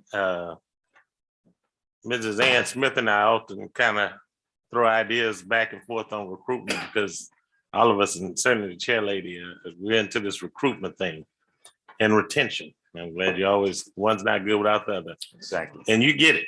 And that's kind of why the chair is saying, kind of presentation. And we need to talk as a board because the problem may emanate from this board, quite frankly. We need to make sure the funnel, the monies are getting to where it's necessary to empower these folks that are going out trying to recruit. I'm kind of shocked when you look at what we're expecting these officers to do with the number of employees they have that's trying to carry out these ambitious goals. So I think we need to look comprehensively when we're doing our budgeting. And when you send the budget to us, that we include real numbers to get qualified people and maybe put an incentive in there as much as we can that's tied to increases in enrollment. I mean, you kind of eat what you kill is where you need to be in in recruitment and retention. But to close that out, I want to make sure we include all the corners of the state and then branch out as well. Grow within those you know first. Those are one of the most likely to come to you. I don't know how often you're in the metropolis of Plaquemine Parish, for instance. I mean, that's a great area to start in, and I haven't seen anyone, and they may have been there in Central Louisiana. So I'm challenging right now. There are 3 males in my old high school that happen to be the top 3 students at Peabody High School, Peabody Magnet High School. 3 males. Okay. And they're waiting to hear from someone. And I'm saying it publicly because they should have been heard from. And I'm not sure there's anybody to blame other than starting with us, this board. And I just want to make sure that we keep in mind that we should be held accountable too. Thank you. Mr. Fondell. Thank you for the opportunity to speak here today. One of my questions, Dr. Ammons, is the number of students that apply compared to the number of students that enrolled. Is there a gap there? I know here at the university at SUBR, and you're probably reflective of those numbers in the past, where you've had almost 7,000 to 8,000 people that may have filled out applications for the university. But at the end of the day, we may have only had perhaps under 2,000, 17 to 1,500. Sitting in a position that you are now, how would it be best, how would you see us moving forward to address some of those concerns? Because I'm more than sure you have those concerns over at SUNO also. We do. Yes. We do. One of the things that we've done, in addition to filling our positions, but now when we admit students, and especially for those who we offer scholarships to, we also have our faculty, our department chairs, and our deans calling and communicating with those students, because the competition is just so tough for these students, and they have all of these options. So we're getting the entire campus engaged in the recruitment of students coming to the institution once we admit them. Okay, my other question is with regards to, are y'all going to be participating in the academic signing day that's going to be coming up here? Have y'all been in conversation? That is another recruitment tool for the university, where it really catches students before they're at the university, giving them a commitment, and also getting to see the other students that are participating with them. I heard you mention earlier about outreach in the community, but I would challenge you to speak with the local alumni chapters also. They've been very active in supporting this in the past, and I know you have quite a few of them in the surrounding area of New Orleans and some of the outlying parishes. If that effort can be made as far as an outreach to get with them, and even the National Alumni Federation, because it's worked prior to COVID. We had 5 successful years of it. So I would hope that we would be able to use that also as a recruitment tool. Are many of the students that you're dealing with that are coming in, are they challenged with regards to, I think it is at the QEP, if I'm correct, with regards to the reading, sciences, and math? As you know, many of our students are far below the state level and the national level here. And what are we doing in your area to kind of address some of those challenges that we may be facing? Well, I'm going to go back to your first one about the alumni. The alumni chapters, not only in New Orleans, but nationally, have been very helpful to us. So when we talk about what we're doing in New Orleans, the alumni have been very, very helpful to us. When we talk about Arizona and California, it was through the relationships with the alumni in those states that helped us to get to the table to have these relationships. Now, in terms of what we are doing to assist our students, one of the huge challenges, and you probably heard Senator Bowie just a few weeks ago with his concerns about the charter school system in New Orleans, and the promises and the commitments that were made, and the level of academic achievement that we're seeing. But we recognize that too. And so as a part of the relationship that we have with these schools, when we are recruiting, we talk with them, the guidance counselors, the principals, about the performance of those students from their schools who are with us. And then secondly, we have been working with the Board of Regents where we now have systems like the Occupancy and other testing and placement instruments that we can use to place students. We accept them and we place them in the appropriate courses. More importantly, recently, we have implemented across the Southern University system what we call the co-requisite model. We used to put students in remedial classes, where now students are being placed in the credit generating classes, but they have real-time support. So they have this support system around them and the expectation that they're gonna achieve to the level that we expect. Do you have enough recruiters on hand, on-ground recruiters to send out to these different areas, or do you need more recruiters for your campus? We need more. How many more would you say, Chancellor? I would say if we could double the number, I think we would have enough that we could cover all of those areas in Metro New Orleans, plus the statewide and national recruitment that we're doing once COVID, gives us the opportunity where we're out there as often as we would like. And I apologize. I may not have heard the number. You said you wanted to double. What is it presently right now? Well, we have 8 staff members. All of them are engaged in recruitment, but we do have some who stay in the office, like our data person. We have 3 people who, I think there are 4, who are recruiters. So 16 would be your number to maximize. You have some pretty lofty goals. That's why I'm asking. Exactly. I saw you go to 3,100. And if you're looking to achieve that, I would like for this board to make sure that they know that to get to that point, you need additional manpower and resources. Is that correct? That is correct. All right. Thank you very much. Yeah, thank you. Thank you, Mr. Fonda. I have one quick question for you, Chancellor Ammons. Are you using AI as an indicator for recruitment as well as retaining? Because like he was saying, we can recruit them, but we also need to retain them. And so I noticed that some of the best practices have been lending to the use of AI to set those things that are coming in the forefront for us to make sure that we are putting everything in place for our students to be successful. That's the first question. The second question is your relationship with the stakeholders in the city of New Orleans.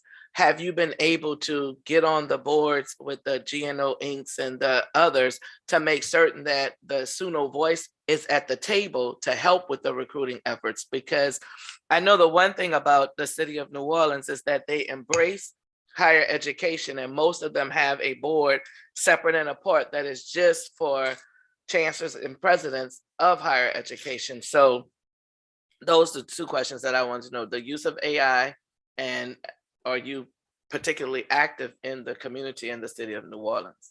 Yeah, so first, you may recall a few months ago, you approved the hiring of a data scientist for SUNO.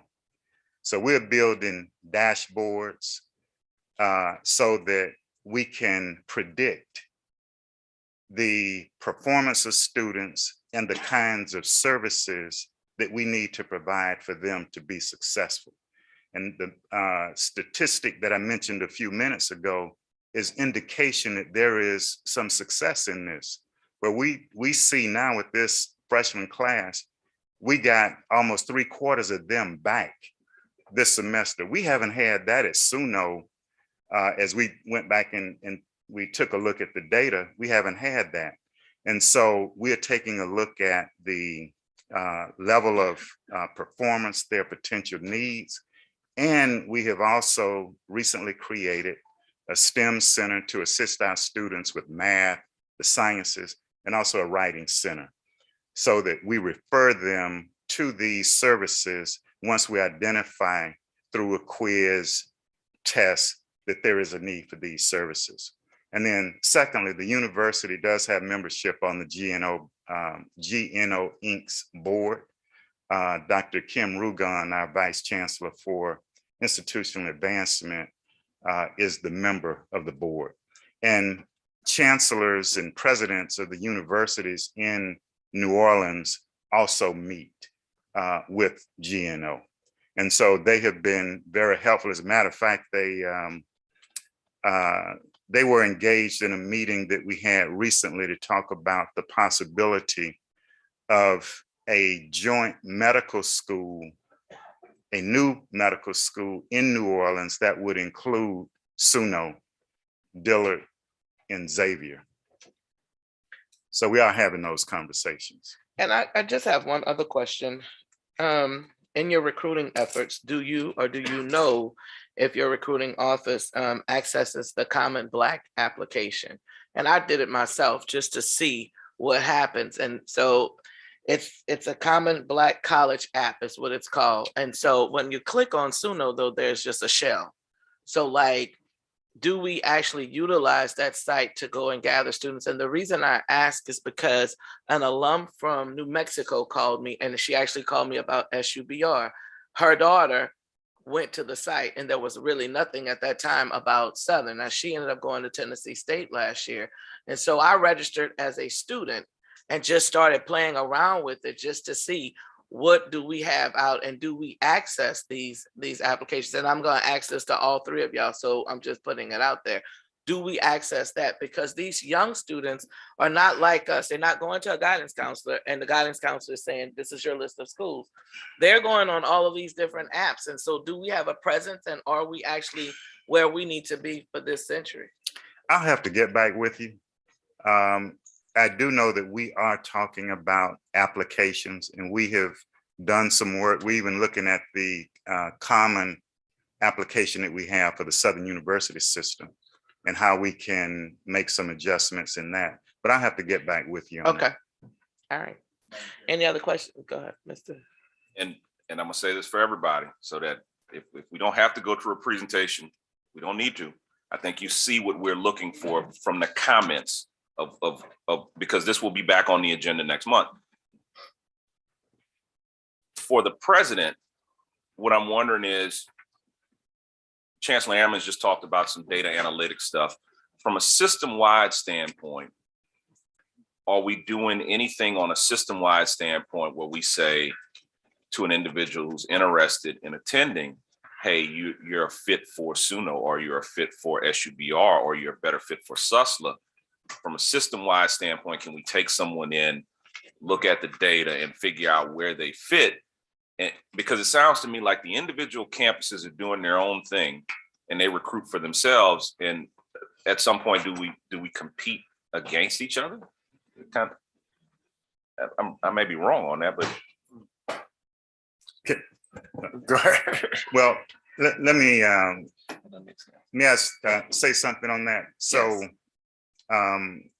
when I went to SUNO, I took a look at the letters that we send to students, whether we accept them or reject them. We no longer reject students when they come in with grades or test scores below what is required.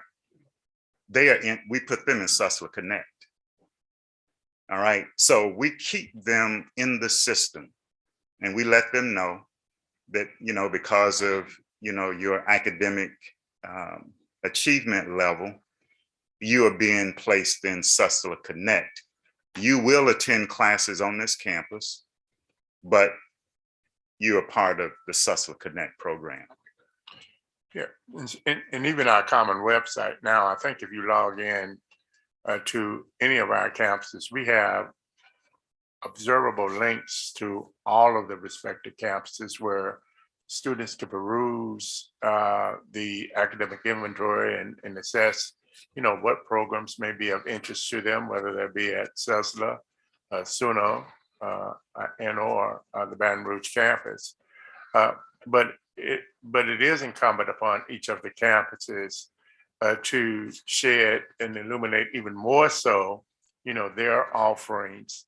And so it is, Mr. Chair, I think, as you have indicated, a necessity for all of us to take a hard look at our infrastructure that supports recruitment, and ensuring that we do our individual part to highlight and appeal to students those opportunities to which we could enrich them with if they came to SUNO, the Susler, and keeping with our infrastructure and excellent programs at the Ag Center, the Law Center, and SCBR. So I think it's a combination of them both. I think we do try to share with students those opportunities that lie within the Southern University system, but we also assume the responsibility individually to promote, those offerings at the individual campuses. Thank you. Mr. Fondell. In our system, I believe that anyone that should have an interest in going to Southern University, when they go on there to pay their application fee and they hit the button and said they want to attend Southern, they should be accepted. We go from pre-K to a PhD, and it's an imperative upon us to figure out creative ways of bringing people to the table who may not have had opportunities to be involved in higher education. It is not everyone that's able to get a 18 or a 19 on the ACT or to have a 3-point-something GPA. They have opportunities to go to schools throughout this country, but we as a system should be looking to find ways to create pathways for our students to be able to come and to move into higher education. A lot of times it's not their fault. It may be with regards to the school systems they come from, the counselors. I had a conversation yesterday with someone that was telling me that the high school doesn't even offer. The counselors are not even putting them in a position to where they can move into being able to come to institutions like us. Now, you're aware of it also about the Susler Connect piece, which I believe should be at all points of our campus. So when somebody wants to come there, they're automatically accepted. And like you said earlier, we just decide where we're going to put them, but they are a part of it. They're able to stay on campus in Shreveport or New Orleans or even here on this campus. So we have a pathway, and there are things that are going on right now. And I think moving forward in this conversation, even if it's not at this one, we're going to find out information of things that are going on, and the president's aware of it. That's helping to help those students who may be challenged coming to us a lot of times. So that's part of our quality enhancement plan, I think, that Dr. Sahoud has been working on, also to help those folks with gateway courses as they're trying to enter our university. If we can keep them beyond 1 year or 2 years, they're almost certain to graduate. We lose most of our students in the first year. Yes, sir. So thank you. Thank you. Any other questions for Dr. Ammons? Thank you, Dr. Ammons. Dr. Apini? Thank you, Madam Chair. One, we'll have Mr. Fuller, our Assistant Director for Enrollment Services, will provide a very short presentation with Ms. Brandy Jacobson, who will share the numbers and the positions, and then I'll make some comments also. As they're coming, I do want to acknowledge, Mr. Chairman, if I may, point of quick privilege. We have the Susler Upward Bound veterans here today, and they play a yeoman's job with helping with recruitment on the Susler campus. And I'd like for them to stand if they would, please. If you see a huge group, they're here in support of Susler. Mr. Chairman, when you talk about boots on the ground, you're looking at some of the faces, boots on the ground present here today. Thank you all for coming today.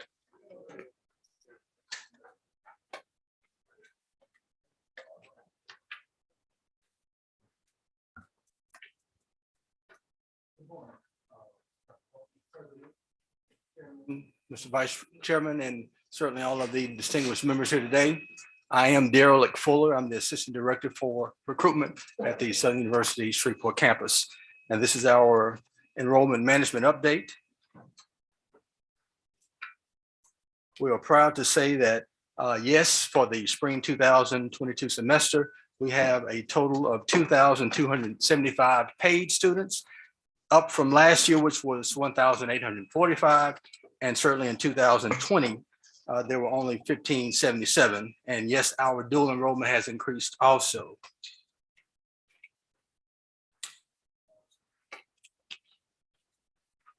meeting the workforce short-term options, along with our workforce development program and the leadership at Southern University at Shreveport. We now have 16 new programs that we have provided that allows these students to have preparedness to go right into the workplace. And these are certificate programs that have been led by the SUSLA team, anywhere from engineering, aviation, automotive, mechanics as well. There are 4 easy steps to apply at Southern University at Shreveport. Apply online, complete the financial aid, get classes, confirm enrollment. Our recruitment strategies. Yes, boots on the ground. Last year, we visited over 110 schools. We started off the first, probably 75% of the year. It was only myself and 1 recruiter. Our rural recruiter did not come in until the fall.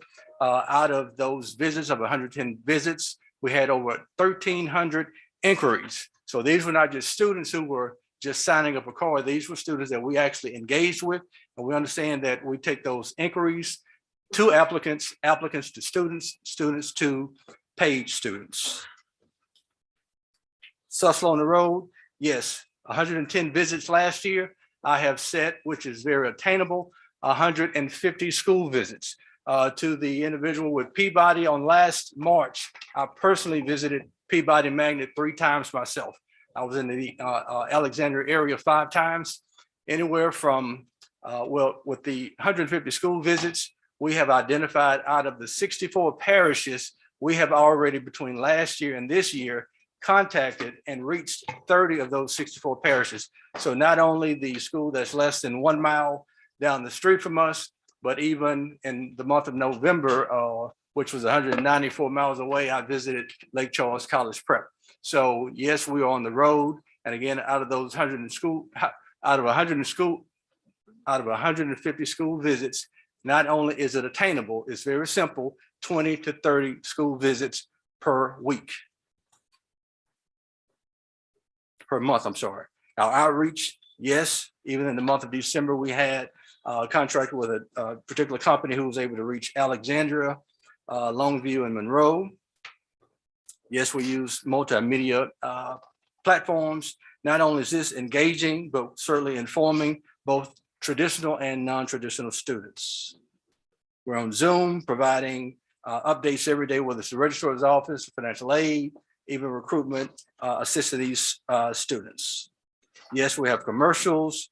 The QR code right there certainly shows various videos that we have showing the successes as well as the activities that SUSLA has to provide. And our very own Mr. Fred Moss, which is one of our professors, he has joined with Dr. Melba Williams, and this is one of the additional marketing tools that we have. She will sit down periodically to not only highlight various academic divisions, but she will sit down with those academic leaders. And with that, I thank you for your time. And certainly we are aggressively continuing to campaign and do what we need to do to recruit. Thank you. All right, just a second, Dr. Whitfield. Dr. Fuller. Yes. First of all, thank you so much for your service. Rumor mill has it that you drive your own vehicle to these? In Shreveport, I generally do. Yes, sir. We really appreciate you. How many staff members do you have? So right now it is a total of 5. It's myself. Actually, we had our recruiter to just leave. She moved to accept a job in Houston. So it's myself and our rural recruiter. So probably when you say just this week alone, this month alone, I've already visited 12 schools myself in the Caddo Bossier Parish, because our rural recruiter is 90 miles away in the Monroe area.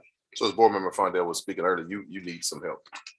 We can use additional help, but the commitment I made when I first started, whatever I need to do to make it happen, because I'm result driven. I've been in retail sales for 30 years, so I don't have excuses. All right, thank you so much. My pleasure. Mr. Fondell. Tax you. Yes, sir. How many do you presently have right now? 2. Okay. Myself and the rural recruiter. To optimize what you need to do to be successful, how many would be the optimal number for that you would have to have, or need per se? if we had one more duplicating what I'm doing, we would only need one. So it just, one of you. yeah, one of me. So it just depends on how aggressive the person is. I understand what my task is. So even though, yeah, I have the title as assistant director, but I'm on the ground recruiting. Dr. Fuller, I had an opportunity to meet you a few years, but I want to thank Yes, you sir. And publicly Lake Charles, yes, sir. for coming down to Lake Charles. This is one of the events that the chair spoke of earlier with regards to, having the areas. If you could, when you're going to recruit in certain areas, I know you've been to Lake Charles several times. Would you, through the chancellor's office, please let our office know? So if it's coming to my area of Lake Charles, I would like to be able to go and attend some of these events as you've came down for one of the major recruiting events that we were able to have. And like, if you don't mind, just tell them a little bit about the engagement that you saw when you came down. So it was very exciting to see the number of HBCU schools that were there for that trunk presentation. Each school was recognized. No one was ostracized. They were acknowledged that regardless if it was one student going to Dillard and 20 going to SUBR, that all of these students were important, and we were helping to see these students succeed. And so with yourself and the other gentleman who spearheaded that, I did enjoy myself. I was there for the entire recruitment event, and actually I was able to share a table with SUBR, and actually to the point that was made earlier, is there sometimes maybe competition? No, it's not. Just on yesterday, just showing, at the end of the day, do what you need to do to make things happen. So Laquita Thomas had reached out. There's an event going on that SUBR is in San Antonio this weekend. So of course, we were not prepared to go to make such a visit. So she reached out to me and I said, well, hey, this is what I'll do. I'm at a particular school right now. When I leave here, I'll personally go to FedEx and I'll provide, some basic materials to send that they can have at the table. So we do share. And I'm saying I've gotten a chance to meet from all campuses, the representatives and the leaders. So these are just some of the small things that we do to show that Suffolk is out. Yeah, many people I'm looking for SUBR, but again, the programs we have now, 7 different aspects of engineering. There are several things that we have to offer, even though we're a community college. Are your different departments talking? I know, is SUBR and are the different campuses communicating in a way, maybe a joint effort in doing some things? Yes, so SUBR, and I know Laquita Thomas has spearheaded many of these conversations through Zoom that we are meeting, and then even I can't call the name right now, but we have a alum in the Houston, Texas area, and so just last year, Dr. Melville Williams made sure that we provided the same recruitment bag that we have. We filled it up, and she was close to the Shreveport area, and we provided that bag. So we have just extended ourselves where we can with these community partners or these college partners to help assist to further the movement, not only of our institution, but for the entire system itself. All right, thank you. Will y'all be participating in National Academic Signing Day that will be coming up? I need to look at my schedule. I know we have over 30 confirmed as of right now. Right. And again, it's just 2 of us, and I have some other dates. So if it can happen, yes, sir. Right. And again, to even speaking on Lake Charles, just this past November, within 2 weeks, not only did I have authorization, but the counselor at the Lake Charles College Prep had us to come down, do a lunch visit, and because they were so impressed with the things that we had to offer, 2 weeks later, I went down to share with all of the senior classes itself. So at the end of the day, we're representing ourselves, we're speaking, and we are just showing our product is just as great as the fellow down the road. If you should come to my area, Southwest Louisiana, please, let me know. I will, and I want to get your card as soon as I leave. All right, thank you. Yes, sir. Any other questions? I have a question. Yes, and ma'am. it's the same I asked Dr. Ammons too. Yes, ma'am. 1, are you using AI as a way to help with recruiting and retaining? And 2, does SUSLA utilize the Common Black College app? And I know that Dr. Ammons just sent me a message that Suno does, and they have over 500 that have applied through that app. So do you all use that as a way to? To both of those points, Mr. Sosa, the actual director, had made mention of utilizing those. At this point, no, ma'am. But it has been brought up by the director. All right, Yes, thank ma'am. you. My pleasure. Dr. Apini? Yes, and I'll make a few. Thank you, Madam Chair Lady. I'll make a few comments at the end, but we have one more slide which shows the position and the budgets. I think that's important for the board also to see the investment that the university has made into enrollment management and academic support.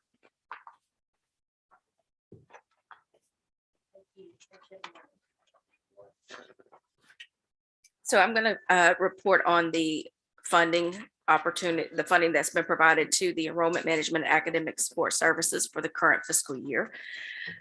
We have allocated a total of almost $2.5 million to fund 34 FTEs in these areas, including operating dollars for those departments. The recruitment and admissions area has a total of 9 FTEs, and we've allocated $601,000 to them. And the Welcome Center has a total of 3 FTEs, and that's a budget of $283,000. The Financial Aid Office has a total of FTE positions of 400 and a budget of $407,000. Our dual enrollment area is 2 FTEs with a total of $141,000 in their budget. Advisement and student success. This is a total of 6 FTEs, which covers almost $495,000 in their budget. Our registrar's office has a total of 4 FTEs for $260,000. And then our Susla Connect program has a total of 3 FTEs at a budget of $303,000. And again, that's a total of 34 FTEs, and with operating dollars, their budget is at almost $2.5 million. And we do offer, we do budget for scholarships as well, and that amount is $300,000. Thank you. Yes, sir. I heard you say that, what was the staff number in that? I would like for you to differentiate between the total staff in the office and the number of people who are full-time dedicated recruiters who are on the road, because staff could be clerical support, that kind of thing. How many people in that, tell me the number again, and then tell me how many people in that number are full-time dedicated, as Mr. Lawson said, boots on the ground. And if that's not a fair question for you, then I'll certainly give that to the chancellor or to the other gentleman that was up there.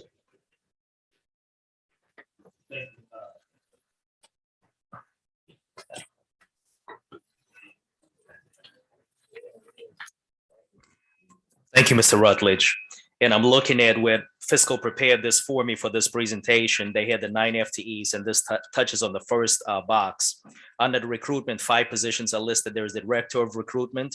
And we use, in our case, Ms. Chairman, we don't have any titles that don't do the work. We all do the work. We're all boots on the ground. The director, the associate director, assistant director of recruitment, the coordinator for, we've had 1 person for international affairs and recruitment, 2 actual recruiters that you heard that go out, and also, and then under the admissions office, we have our coordinator for transfer analyst and enrollment specialist positions who assist with recruitment. This is what we have right now, Mr. Rutledge, what we have right now. One of the items that. Correct me if I'm wrong. What I'm Yes, sir. hearing is that of the 9, only 2 are external on the road. 2 recruiters external on the road, in addition to the assistant director who also, which is Mr. Fuller himself, who's getting on the road. One of the items, Mr. Rutledge, and I've been there 3 months. My first question was, how much investment are we putting into enrollment management and academic support? And I think $2.4 million, $2.5 million is a healthy investment that the university is doing. But the question is, are we applying those dollars in the right areas? Are we investing in the areas? Look, you have a pot of money. You have to move your money like your troops to the areas that matter the most. So perhaps we don't need 4 people in the Welcome Center. Maybe we need to allocate more of those people to go into recruitment. And that's what my task is, looking at this budget, looking at what is right now, preparing as we prepare for next year, making the recommendations where we move these resources around. We're also supplementing. When you see that $2.5 million, that is not all state general fund. I've made it a point with our Title III office to make sure that this is a priority where they're invested in these areas to help along. And then I'll finally close with this statement, Mr. Chairman. And this tied to the earlier question about retirement incentives, not to digress, but it ties to the budget. This board made it very clear that we are on HERF dollars. We cannot sustain ourselves on HERF dollars. So we're in the process also drafting as we speak and look at making strategic targeted investments using some of our Title III dollars, so on and so forth. We're also reducing our expenditure in other areas where we come in compliance with a $2.2 million deficit that I've inherited. We're bringing that under control. The board charged us, and I'm working very closely with Mr. McClinton, the next 5 months of this fiscal year, and then the next 12 months of next fiscal year, we're weaning ourselves completely off HERF dollars through expenditure reductions. And I want to say this publicly for everyone who's listening at Susla. What we're doing is we're doing everything to preserve us not having to touch warm bodies. So what is on the table? Every single vacancy that is not necessary has been frozen. We're cutting travel. We're cutting on all other things, operating expenditures, using some of our other grant dollars to sustain the university, bring ourselves in compliance with our budget while still preserving our warm bodies. It's a tall order. It's not an easy order, but that commitment is there. And we have a plan that we've shared with Mr. McClinton, and I'm prepared. Again, I always follow proper protocol. I want to make sure that my faculty, my staff see this plan before I come at whether it's the next board meeting or in April to share this with the board. Madam Chair. Go ahead. Another question. Would you ask the others who make the presentation to differentiate, please, between the total number of staff and the number who are actually out on the road for the following presentation? Thank you. Thank you for your candor. Thank you, Mr. Rutledge. Thank you. Any other questions for Dr. Apini? Quick question. Go ahead. Yeah. Go ahead. I want us to think a little bit broader too. Everybody that works for the Southern University system and or their immediate family members are recruiters or should be recruiters. That's right. So we need to develop a spirit of recruitment beyond those boots on the ground. That's right. And that's going to have to come from us. And we just have to change the way we look at things. When we go into a room, we ought to be talking about Southern University. The valet, when I was leaving the hotel, I asked him, where did he go to school? He said, well, I'm thinking about going to LSU. He said, that's a good thought. I said, I'm gonna give you a better thought. It's true. That's what I told him. And he said, I never thought about that. And so when we see the grass keepers, we want them to smile. That's right. And say, welcome to Southern University, because the best sale is going to come from incoming freshmen. That's it. And the experience that they enjoy. So thank you, Brandy, for your numbers and your candor. Dr. Penning, I thought we're going to get a, oh, Lordy, or something like that from Reverend Tall, but he was fired up over there. So thank you. But to add to what you just said, Mr. Lawson, you're right. We're all recruiters. And when we get them in here, though, the process needs to be checked. No doubt about it. Because the experience is what knocks them out. We could get them through the front door, and when they sit at the table, they're not getting what we're selling. That's an internal gut check that we have to do, not only as board members, but as employees of this system, and more likely in the admissions and recruiting departments. Yes. Because we should not, as board members, receive calls that I sent my child there. They still haven't. I'm getting a text right now, and we're in February. Could you check on this process? The processes need to be checked. We can't get past that part. We cannot. Thank you, Madam Chair Lady. Thank you, my advisor. All right, Dr. McMean. No. Dr. Priestley is handling that one?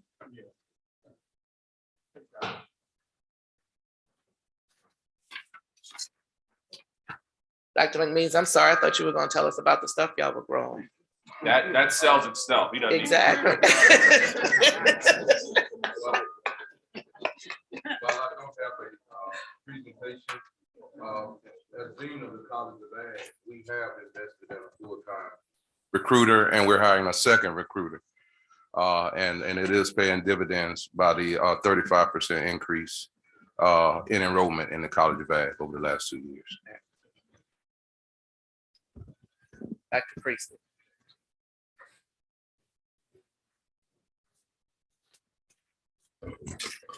Good morning, everyone. Good morning. I'm gonna set my timer. So I can There be, you go. I can stay. Saw the buzzer earlier, but. So I would like to begin our discussion in terms of recruitment initiatives here at Southern with my dual enrollment program. The initiatives are carried out with a one-person team. Dr. Kamisha Ross, she does not have any additional staff, and she does not have a direct budget to do what she does. But nonetheless, she has worked to improve that program and increase that number from 2017 with 156 students enrolled to just this last fall, 564. And she's well in advance of the goals that have been set in the Imagine 20K. The numbers that we are reaching for in that particular strategic plan are around about 300 students. She's now at almost 600 students and has done so in the time span between 2017 and 2021. I came on board in August of 20, and she was along with Dr. Segura, who has moved on to a different position, but the two of them work in that program. So now she's down to one person, but we have done quite well in that area. In addition, she has brought on new schools at this point. We have about, at fall, we had 12 high schools that were in our programs. She brought on 5 new ones in the fall, 2 who will onboard this semester. She's got about 60 students coming out of Concordia and another 150 out of Lafayette parishes. And so she's doing a lot of legwork on her own to get that done. So we're very proud of those numbers. In terms of our admissions office and recruitment, Ms. Heather Freeman and her team are doing quite a good job as well. We based our goals this year and last year when I arrived on the 20K plan, looking at targeted groups of students that we in certain group populations that we wanted to enroll from all student populations. And so we did a state targeted recruitment, primarily because when I saw the numbers of students who are from Louisiana, that's at about 77%. That means that in other states, we may not be getting the word out, and that may be an opportunity for us to recruit there. So we targeted these 5 states: Alabama, California, Texas, Mississippi, Georgia, and Tennessee. And so we're going to be looking at our results around April or May, just to make sure we made all those numbers. But we collaborate with the alumni to get that done, where we do both on-site and virtual state days. So Ms. Freeman and her team calls it. We also are looking to recruit high achieving students. So there are some initiatives put out there for that particular recruitment effort. This semester, Ms. Freeman and her team implemented a Southern University Day at local high schools. And so on a weekly basis, the recruiters are out at local high schools, in that our travel has been somewhat restricted, but we have been traveling. I'll tell you a little bit more about that in just a minute. We also do high school day visits here on the campus of Southern. I know that in the fall and in this semester, we've entertained and had an opportunity to meet students from McKinley, Frederick Douglass, our Southern University Lab, Scotlandville, Glen Oaks, and Tara High Schools. And so that is an effort where students are brought to our campus, and our admissions team introduces them to all the offices on campus that would be relevant to them getting admitted and enrolled. As I said earlier, our pandemic has caused us to do a lot of things virtually. We've received so many invites to have virtual college fairs with people. I'll name just a few because I don't have the time to talk about all the many different places that our recruiters have been all over the country. They've been to the East, West, South, and North Coast virtually. And that is by opportunity that has been presented to us to people who are interested in getting students to our institution. People like the National Coalition of 100 Black Women, Education USA. We use the Black Common app, Hbcu, as was asked earlier as well. Jack and Jill, Black Expo, Genesis Community Development Corporation, California Community College and other community colleges such as North Shore Tech Community College. We also have been partnering with Divine Nine orgs virtually. All of the fraternities and sororities have reached out in one way for us to recruit. We have even been working with churches to get fairs. And so that's just a few of the things that I can name that our team has been doing in person and virtually. Also, we continue to try and do campus tours. We get many, many calls for that. Ms. Freeman and her team have, in light of the pandemic, limited the amount of people in person to 5 or less, unless there's an extenuating circumstance. But we are still doing those, and those tours are also available online. But many times you'll see our recruiters walking around with groups of people who have requested a tour. In terms of staffing for faculty, for admissions, we have 4 admissions counselors, 1 transfer counselor, and we have lots of transfer students applications, and that's a difficult task for 1 person, and 4 recruiters. If we could double those numbers or triple them, that would be great, because this year we hit almost 8,400 students. And so you're talking about a staff of 9 who are trying to, well, the freshman class obviously wasn't 8,400, but around 1,700 of those. So that would be awesome if we could have double, and triple would be icing on the cake. Absolutely, that would be great for us. I'll move on in terms of initiatives that we do also in the Office of Financial Aid, because for us, as Dr. Emmons said, it's not just to get a freshman class in, but to make sure that the sophomores, juniors, and seniors are coming back as well. So from the financial aid standpoint, we know that there are lots of things that we can do to help students to get in. So I'll just talk a little bit about some initiatives we brought forward. We began strategizing on moving past emailing students about registration and enrollment, and implemented a text and phone campaign strategy in fall of 20, which was my first semester here. And we started implementing more financial aid workshops as well. We piloted that particular program in spring of 21 with the text messages to see how beneficial it would really be. And we use the same company that Dr. Emmons mentioned. They are helping minority serving institutions around the country. And so we took advantage of this very free opportunity to utilize these types of services. As you can see, in April, May, and June, and July, we sent out a number of different phone and text messages. Where you see phone calls under April, 9,500 of them were made, and 56% is the numbers, the response we received. And so we see that sometimes students the text messages are much more viable in terms of getting the students' attention. So we use both those methods. So as I said, we piloted that in 21. We continue to do this as we began working on our 2021 goals, which include focusing on those particular student populations and increasing those numbers in those areas. We did a full rollout in the fall of 21 going into 22.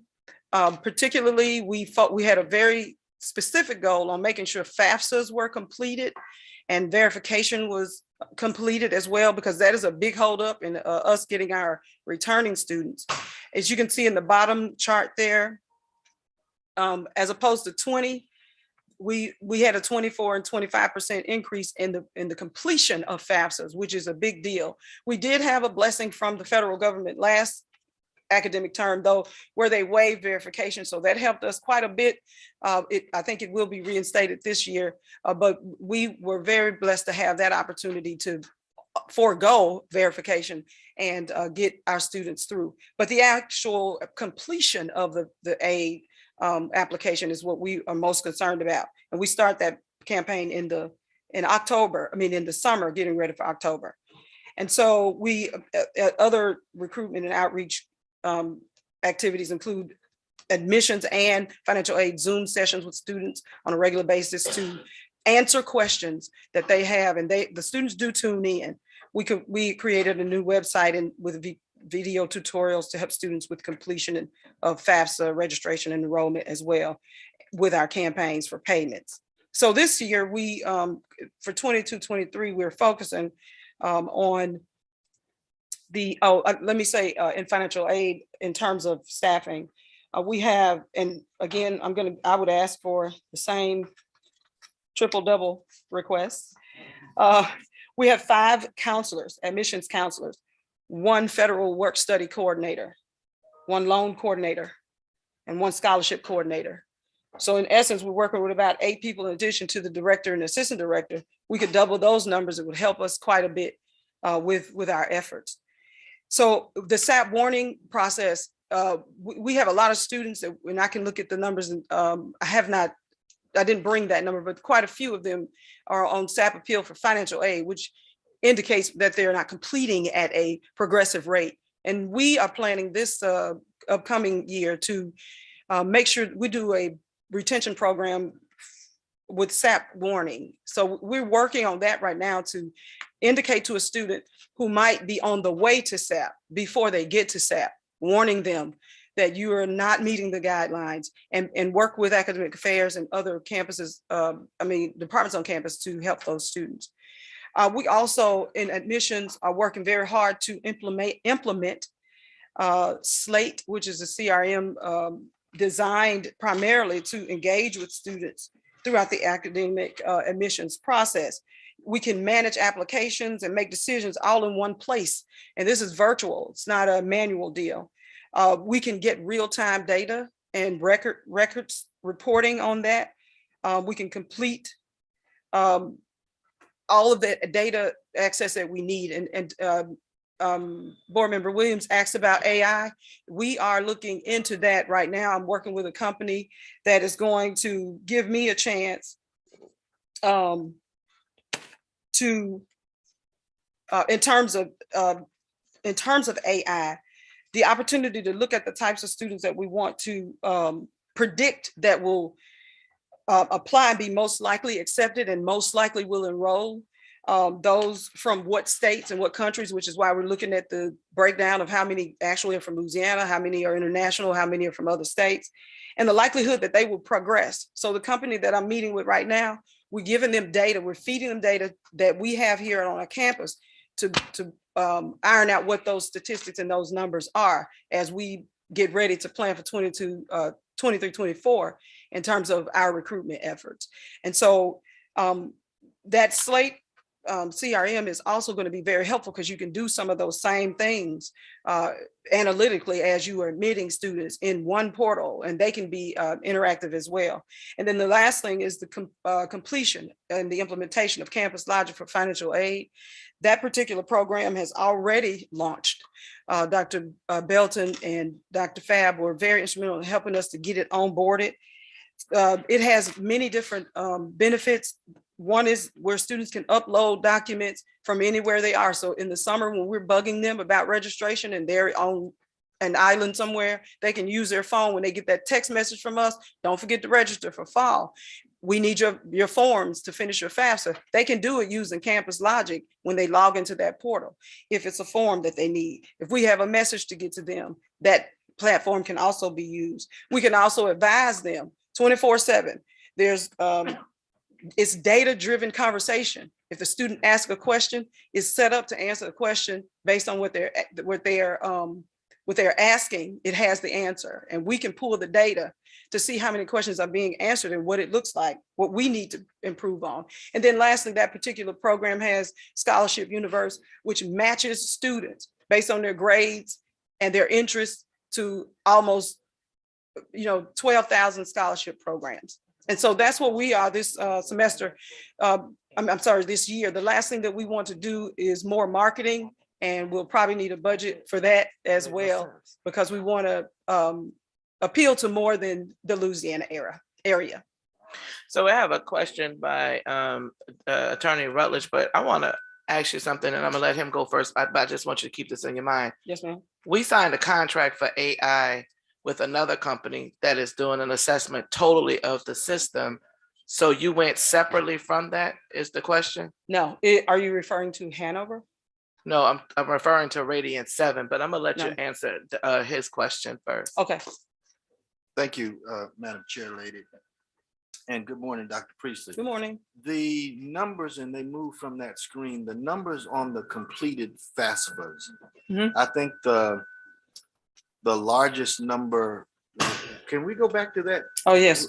Go back to that 8664. In terms of but I see that was in December. In terms of a student count, let's say in anticipation of the fall of 2022, where you would get your incoming freshman class for that year. So we know that everybody that fills out an application for Southern, because they fill out multiple, sometimes they go through this service where multiple applications are filled and sent, don't actually come. Mhm. Is the number that we see here the same number of, say, applicants that you receive? Is it equivalent? No, to that? those two aren't, no, Okay, so they're not can you- related. So can you tell me the total number of applicants you received, say, for fall of 2021? Okay, yes. And And what I want to know, Dr. Priestley, Uh-huh. is the percentage of students who apply and actually come and enroll at the university versus the number who essentially express an interest through application. okay. Those numbers you see there are the students that you see an increase in the number of students being packaged. I used the wrong terminology in saying FAFSA's completed. Those are packaged students. So we just looked at that particular subset, just those who got packaged. And when you say package, what does that help me Their out? awards were, once they finished they completed it, they are indeed complete. And the Office of Financial Aid lays out what their award package looks like, SEOG, loans, Okay. Pell.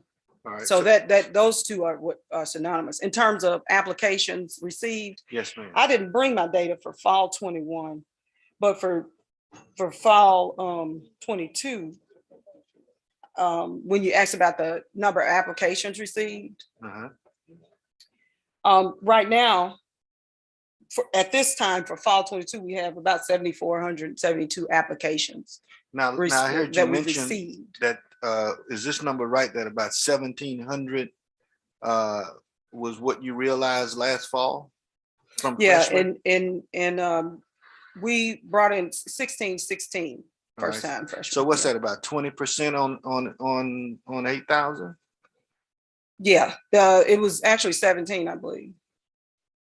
17. I'm talking about on the final number. So you enrolled, of the 8,000 applications you received, you enrolled from that pool 1,700 students, No, freshmen. the numbers that I just quoted you are for fall 22. I do not have the application Well, number fall for 22 fall in- 20. in here yet. I want to know how many how many applications you received, and of In that, fall 21, or 20, and how many of those are actually you are successful in getting to enroll in the institution. That's one thing I'd like to know. And if you don't have it, I understand. I don't mean to put you on the spot.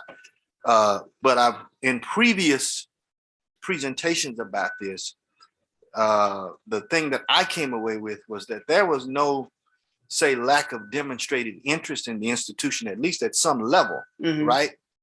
But the distance between those that demonstrated an interest in coming and those we were successful in getting to enroll, about 80-20. And so I just want to know, make certain that, one, we are tracking that, and two, what efforts are underway to try to get as many of those students as we possibly can.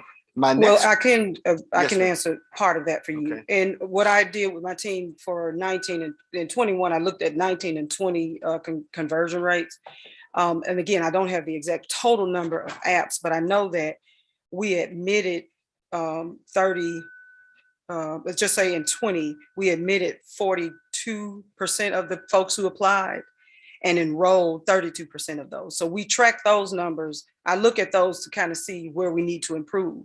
And I have a chart that we run, Mr. Taylor and I, each semester to see how many applied, how many we admitted and how many we enrolled. And I just happen to have that data right here in my notes. And not in 20, for instance, we admitted 42% of the number who applied and enrolled 32% of. And what was the number that applied? That's what I can't say to Okay. you right now because I don't have it before me, but I definitely do have it. Okay, thank you. My final question is, in your total count for SUBR, you include graduate students as well? Yes. Correct? Do you have, because it's a different student, right? Do you have a dedicated recruiter for graduate school purposes? I do not. We work in collaboration with our graduate school. Does the graduate school have a dedicated recruiter? No. No. So that's a problem, because if you look at the last set of data that we received, one area, Dr. Sahu, Mr. President, where we are bleeding students historically is in our graduate programs, right? And did I read that incorrectly? That's correct. That's correct. So it seems to me that that is an area of need where we ought to have somebody dedicated to recruiting students in our graduate program. Thank you. Thank you. Mr. Fondell. Thank you. This is a real interesting conversation. One of the questions I have to ask is, I see it as an opportunity for maybe our students to work in some of these departments. I know there's a need through all of our chancellors that have expressed that, but I see an opportunity to have students on a some kind of work program. Somebody may have a better name for it than I do here, to have them in the office while this is going on. Do you have any student workers that work with y'all right now? In both offices of admissions and financial aid, we do have students who work. The admissions office has student recruiters as well. Okay, and do you see this would that be something that would perhaps help in what you're doing in your department? By having more, I know overall you want more workers, okay? But immediately to fill that gap as far as more student workers that are more engaged. I've been to some departments where they sit at the front desk and answer the phones, but maybe being more engaged in what it is that you're doing. Well, particularly admissions is one of the units that reports into this division of enrollment. And as I said, they do have recruiters. They go out weekly to the high schools in terms of helping with our 4 recruiters who recruit. So I know they're busy doing that. In financial aid, we're limited to the way we can work with student because of data, student data and records that we have to protect. But we do have student workers in that office. And the only reason I'm bringing it up is just may create opportunities. We want to be able to educate our students here, and they may have an interest to go beyond. I'm not sure your story, but it may have simply started by being in an office, being around somebody, you being a mentor to somebody within this, one of our students, and that could propel them to, going off to another university or working at one of our other campuses here in our system also. Okay, yeah, I'll talk with my team and we can explore that a little further. I like the idea. All right, thank you. Any other questions? All right, I have a couple. And my first question deals with the purge and financial aid. We talked about the recruiting efforts. We talked about bringing them here, but we also talk about the experience. And so what about that freshman whose scholarship information has not been placed, or financial aid information has not been placed, and then we purge them and their dorm keys are taken from them? You get panic. You get a child that wants to go home. You get a parent that's upset and does not want that child to be here. You said that we are the best sellers, but that is not selling a product, in my opinion. That is saying we have you and now we don't care about you because your mama's in Chicago. You're down here in Baton Rouge crying and all frantic about what happens next. So what things are we putting in place to start preventing some of those? Well, one of the things that we have done in enrollment management is we have created this task force of all folks involved in the whole registration enrollment process, which includes the bursar, the registrar, the academic side of the house, our team, financial aid and admissions, housing from student affairs. And so we have conversations about how the process is to actually ensue. And so the scholarship, people who hold scholarships, whether it be academic scholarships, those officers who award students, could be the honors program, JAG scholars, whichever ones have scholarships. We've been meeting with them to ensure timely submission of those scholarships to the financial aid office to be posted. They can't get posted in financial aid until a student advisor has signed that Ms. Orlando Williams is indeed eligible this year for that scholarship. Please go ahead and award her. So sometimes it takes a little while for that process to get completed, and then it comes over to financial aid for posting the award on the student's account. So once we get it there in financial aid, we go ahead and award them. What we have done to avoid some of that mayhem with purging is creating a list of students that we know have scholarships and they're in the pipeline and they're definitely going to be good for the money, so to speak, to protect them from the purge. But at some point, the institution, which is executed from the bursar's office, has to make that purge date, meet the purge date and get and execute it accordingly. And so to answer your question as to what are we doing, I'm just trying to create a network of communication across the board. Kevin sits in that same meeting with us to tell us what students need and what they want and some of the things that they've experienced specifically. And then we just try from the different facets of the campus all together in sync to try to figure out the best way to make this a seamless process. So Mr. Pugh helped me to work with the scholarship team on what he prefers in terms of the times that those scholarships need to be submitted to his office for approval. Once that's done, then it's sent to financial aid to be posted. And so that's what we're hoping that continues, and we can continue to build and enhance those communications among all of the people who are involved in that process to ensure that students don't have to get purged, but some will, because no matter what we do, if they don't pay, we still have to go through that process of purging. And I understand the purge process oh so well, but my question is about those students that we do know have some aid coming, some scholarship that's going to cover that, especially these incoming freshmen. What are we going to do? Because I know this semester it happened again. So when the parents get panicked and call, do I need to fly in? Do I need to? That's not, to me, helping with the recruiting process. Yeah, we just have to tighten from the beginning, when the student applies, they have a scholarship, tighten that process in terms of logging that Orlando is a JAG scholar. She has full tuition, making sure that everyone knows that, and that when we get into the registration process, those students are flagged as they continue to have the opportunity to finish. But some of it is waiting for offices to get through their process of signatures and approvals and things of that sort. So we just need to tighten those.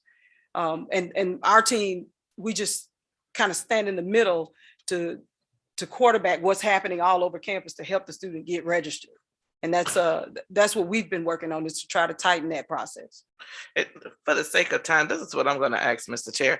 If we could put a task force together to work with the Office of Recruitment, because there are lots of questions and lots of concerns that we need to address. There are lots of low-hanging fruits that we do not go after, and that is continuing to be a situation semester after semester, president after president, situation after situation, but we need to address it with the Student Government Association, with the Faculty Senate. We need to put a task force together, a Southern bound recruitment and retention and enrollment management task force to work with this group, identify the areas and issues that we have brought forth and that others, and then attack it from that way.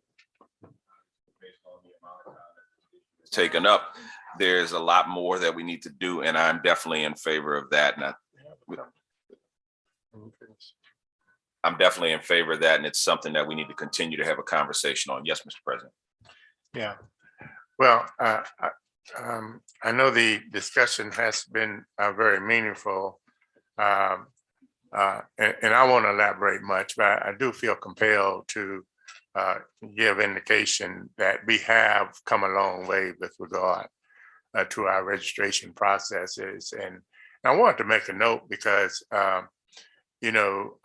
what we have done in many ways have been able to infuse technology into our processes, which by design helped us to minimize the number of labor-intensive roles that employees have historically had to engage in. There was a mention of the customer relations management program, which costs the university a significant amount of money, but will provide for greater efficiencies in terms of handling and packaging documents which historically have been lost or missed. And I think it would ultimately enable the university to be more proactive in terms of their relationship with incoming students. There was a mention of Campus Logic that also provides students to interact directly with financial aid without setting foot on campus, without having the benefit of having an advisor, what have you, it's not labor intensive, it's not a person intensive project, but hopefully would allow the university to be seen as more efficient along the way. And I would just also call to your attention that the degree that Southern has been successful in increasing its enrollment and retention. Just this year, we increased our enrollment on the Baton Rouge campus by, I believe, over just short of 400 students. And with the collaboration of the Law Center, the Ag Center, we are now reflecting the productivity of the Baton Rouge landmass. In fact, last week, we reported to the Board of Regents and to IPAS a fall enrollment of 8,317 students. That's the largest enrollment that Southern University would have reported since 2010. And I would further say that even from the standpoint of retention, and by way of the activities of the University College, and what you have heard today was the depth to which we are now offering courses as co-requisites, moving away from developmental standalone courses. Our retention rate in those courses went from a 30% retention rate a couple of years ago to this year, we have a 70% retention rate in those classes. And more importantly, when you look at the university's overall retention rate this year, it went up 7 points this year as a result of those efforts. And so I would agree that there remains an interest on the part of the university and an opportunity to improve upon our processes. But I do want to give indication that a lot of talented people have been doing a lot of good work to kind of move the needle. And there is evidence in keeping with the trends that we're seeing, even now, when you're seeing that our application pool is up almost 400 students from this time last year as a result of the work of our respective teams. And so I think clearly there's an opportunity for us to take advantage of the brain thrust of this board and the physical presence of this board as we engage in recruitment efforts on all of our campuses. But I do want to put in context the factual evidence that we are moving in the right direction. Thank you, Mr. Chair. Thank you, and thank you, Dr. Priestley.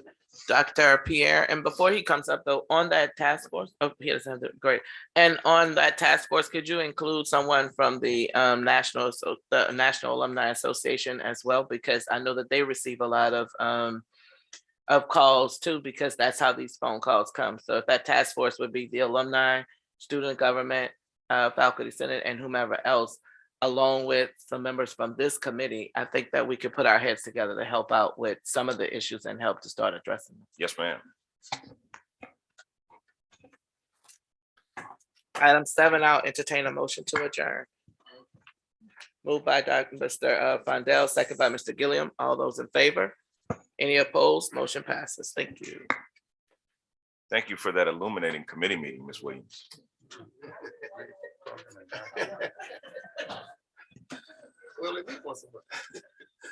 The full meeting of the Southern Board of Supervisors is now called to order. Mr. President, can I have a roll call, please?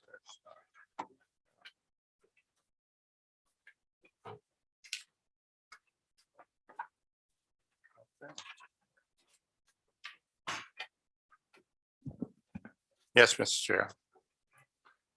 Attorney Shorty, Present. Dr. Whitfield, Present. Attorney Armady, Ms. Bartholomew, Dr. Davis, Mr. Fondell, Mr. Gilliam, Mr. Hilliard, Mr. Lawson, Ms. Reeves, Attorney Rutledge, Mrs. Smith, Dr. Tarver, Mr. Taylor Jarrell, Reverend Torbert, Ms. Williams. You have a quorum, sir. Thank you, sir. Can I get a motion to adopt the agenda? The agenda is adopted.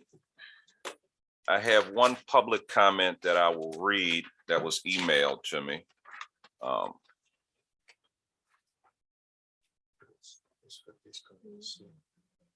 Okay. Okay. This particular public comment came in two parts. The first part I will not read because it doesn't pertain to anything that is on the current agenda. The second part does pertain to an item on the agenda today. The second area, beginning now, the second area of concern is the Susla football program. While the program may have been well-intentioned, the idea has been poorly executed. There were a myriad of promises made relating to enrollment that have not been kept. Most importantly, Susla is not in a position to financially support an athletic endeavor such as this at this time, with the current level of enrollment and lack of financial support and fees from external sources. This board's failure to act decisively to support the recommendation from the interim chancellor prior to the team signing student athletes may hold Susla out to the community for further scorn and stain of reputation. How long will Susla be treated as the illegitimate child of the Southern University system family? And that was sent from Isaiah Scott. We also have some other comments. Is Lolita Jenkins present?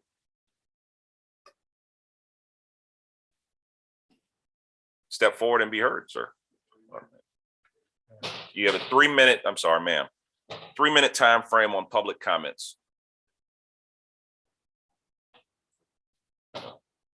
We got 1 minute.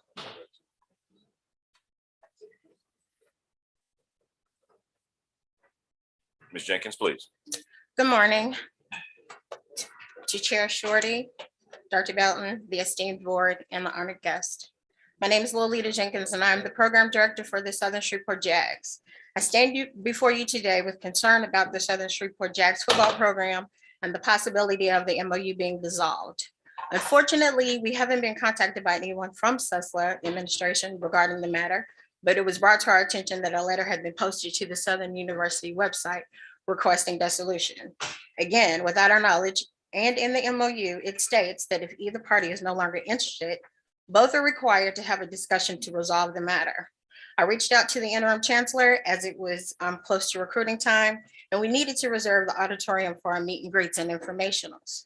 The response came from Attorney Blanchet. I'm hoping I'm pronouncing that right. And in that response, she stated, Susla will not approve our request for use of the facilities, access to the auditorium. And in the MOU, it also states that we have access to that room, but yet again, we were denied. The purpose for the program is to provide assistance to young men who have been misinformed on how the collegiate football system works or denied access because of the barriers that have been put before them.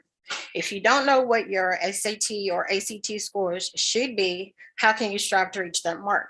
If you haven't been given access to the practice test or provided information regarding the NCAA clearinghouse, how do you register?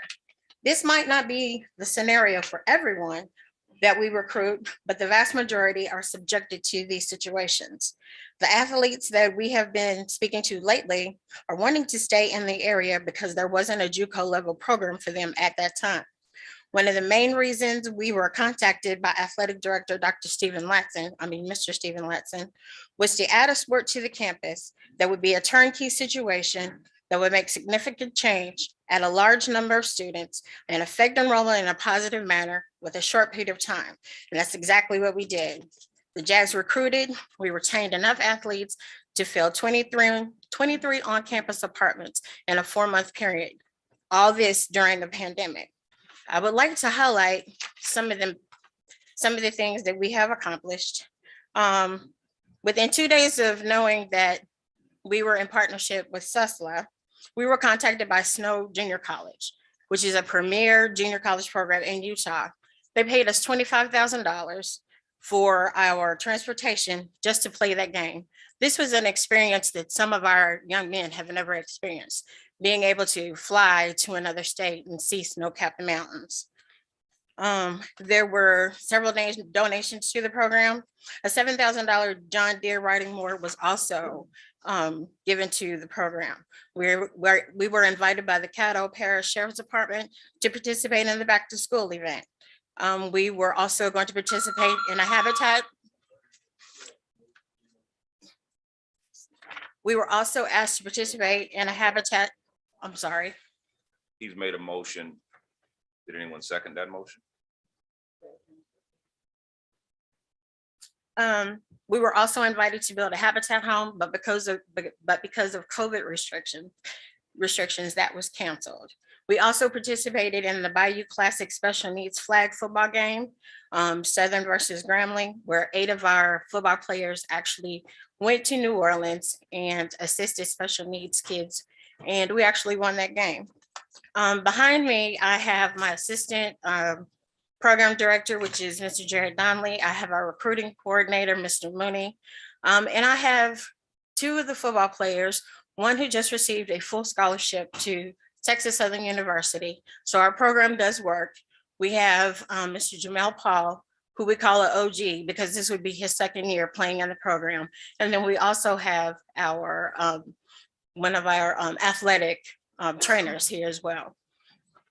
We're just asking that you give us an opportunity in order to prove that what we say is what we do, which is to help those young men who may have missed the mark by just a little bit. Still are good kids, still wanting to play football, still wanting to get their education most of all.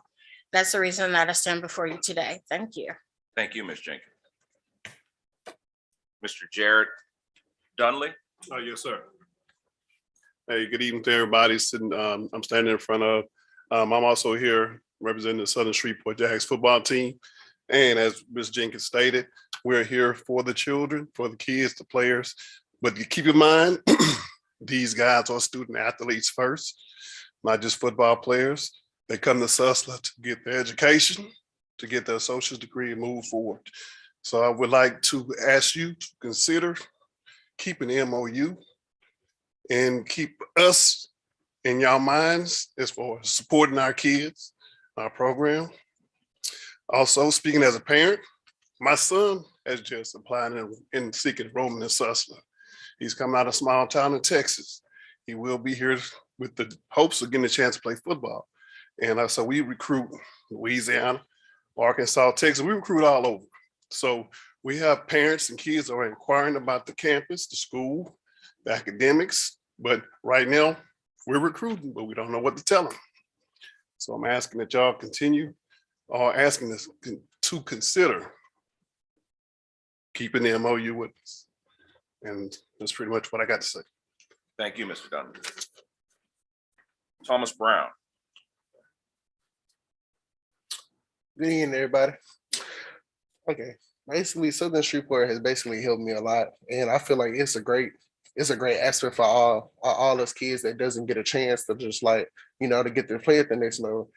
Southern, it helped me a lot throughout all my situations coming out of Prairie View and everything. Having a second chance to come back and play the sport that I really love. I feel like Southern should really keep going because I feel like, oh, I'm just a little nervous.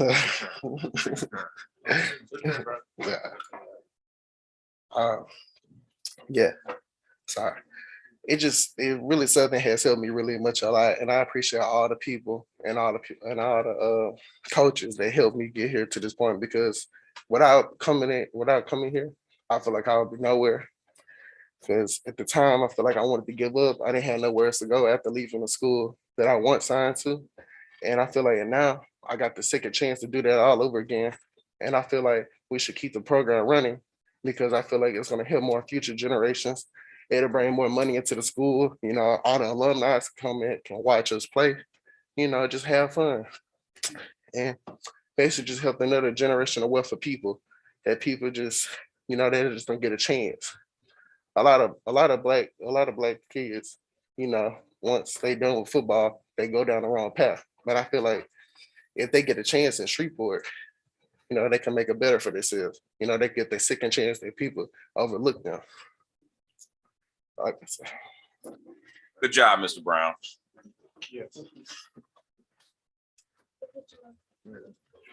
Alan White. How you doing? I like to say I watch Southern Shreveport football. I'm sorry. I'm nervous too a little bit. Relax. But I'm from New Orleans, and you know, by me saying that, most kids from New Orleans, you know, don't even get the chance to do stuff like this. So I'm saying, like, before football, you know, the basic stuff, people used to, you know, all type of other stuff. I'm sorry.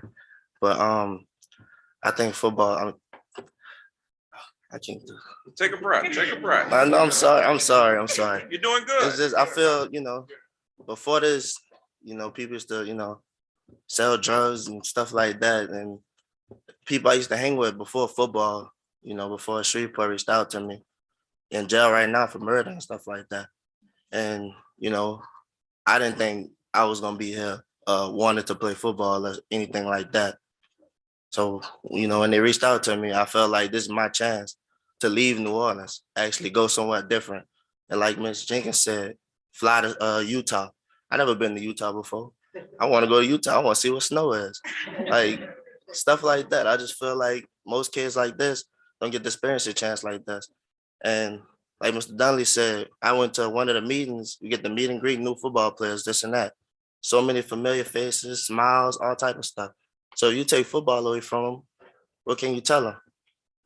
They really don't have anything to do. They thinking they're gonna go to a school because other schools don't accept them. Like you said, they go to a different school, this and that. But when you take football away from them, what can they do? So it's stuff like that. And basically Southern and Shreveport, they really don't have anything like that. They have football, I think a band, I don't know, basketball and cheerleading. If you take football away, what the cheerleaders gonna do for that town? I just don't know what they gonna do for that town. They don't have nothing to do until basketball season. That's all I'm saying. Then you have bands. What is band gonna do? Thank you, Mr. White. Thank you. Thank you. Jamel Powell. Mr. Powell. How y'all doing, everybody? I'm from New Orleans, Louisiana, and I was committed to McNeese State, and everything that turned out, the coaches got switched out, and then I thought it was just over for me for football. And Coach Moonen reached out to me, and you know, first thing I did was come here. I mean, left the second day he called me, got all my stuff and left. Cause like, really being from New Orleans, they don't have nothing. Like, and this the only junior college football team in Louisiana.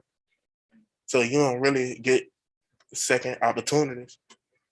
Like in Mississippi and Texas, but they only take like 3 out-of-staters every year. So that's making it harder for us to play football. And I just thought it was over before the program came to me.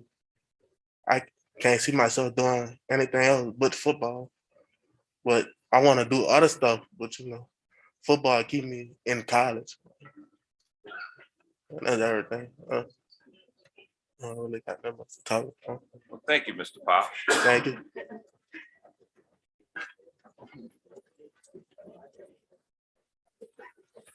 Frida Edmond. Is there a Frida Edmond in the audience?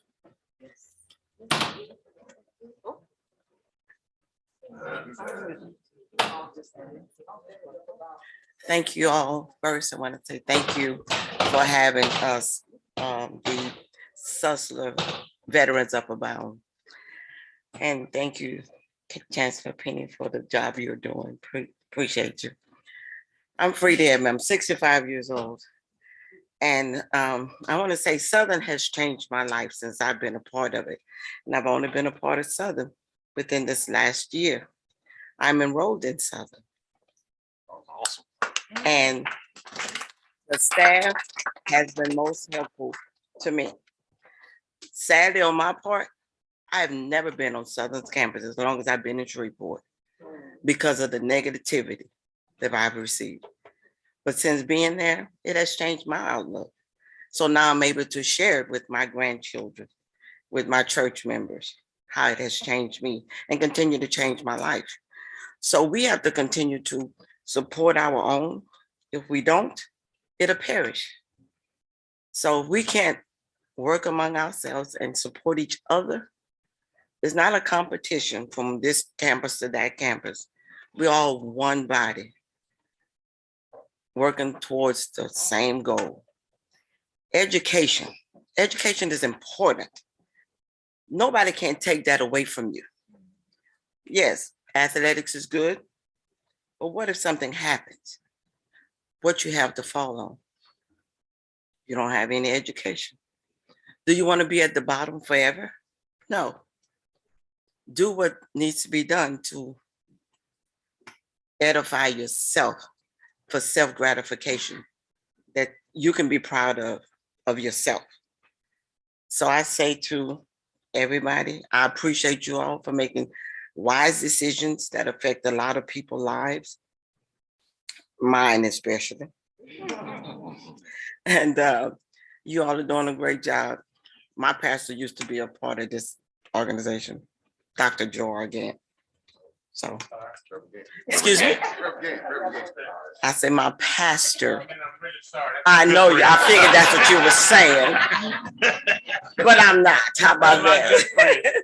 But no, Southern is a good organization to be a part of. And like I said, since I've been a part of it, it has changed my life.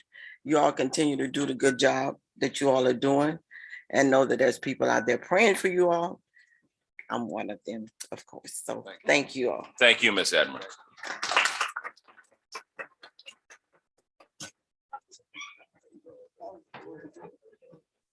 Urena Holt? I'm sorry.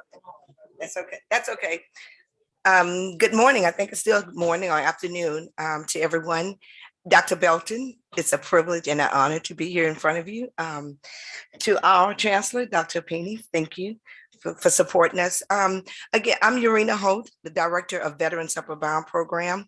Ms. Freda Edmond came to speak on behalf of what Sussler Veterans Upper Bound is doing here. We're doing in Shreveport, Louisiana. And I stand, as she made mention, you know, we think athletics, I have 2 boys who loves to play sports, as you know, sir, because our children have played together. But we do stand behind Dr. Penny in saying education is what Sussler needs from you guys to make those decisions so that we can move forward. As you've seen all of these veterans, and she admits she's 65 years old and she looks great, but we do have a lot of the veterans who are, as we said, the boots to the ground with this Veterans Upper Bound program for the non-traditional students who are enrolled at Sussler. So recruiting them and getting them to get their education so that they can move forward. And as she made mention, telling church members, veterans are very effective for Sussler in getting the word out as recruiting amongst not only the church or wherever they're working, but mostly they are there for telling their children and grandchildren. And we promote having more college tours at Southern University in Shreveport so people can see our beautiful campus that we do have. So again, thank you. Again, Dr. Belton, it's always a pleasure to see you and be in front of you. And we support you, Dr. Penny. Thank you. And thank you for your service. Thank you.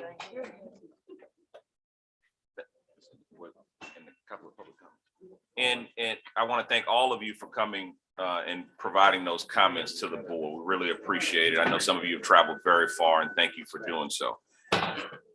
Now, if I could have Mr. Ernest Bowman come and introduce our Above and Beyond winner.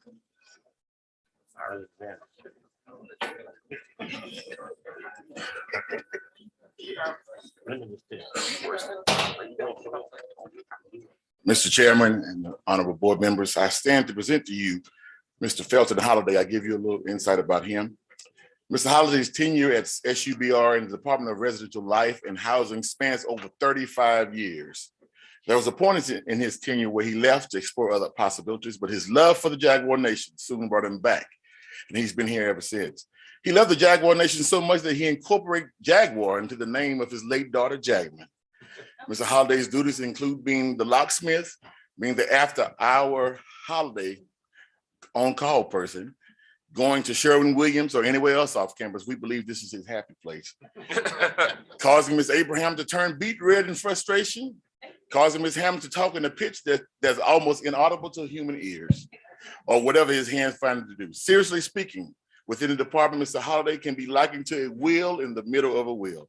And we feel that this award can go to a better person. We present to you, Mr. Felton Holiday.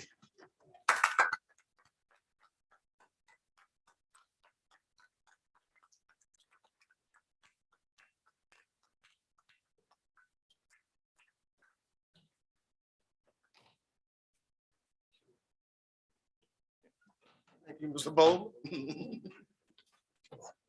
Well, I'm just gonna keep it short. It's been a long road. And thank y'all for letting me stay up here this long. Well, we appreciate you, sir. Yes, sir, you too. Come on, let's take a picture.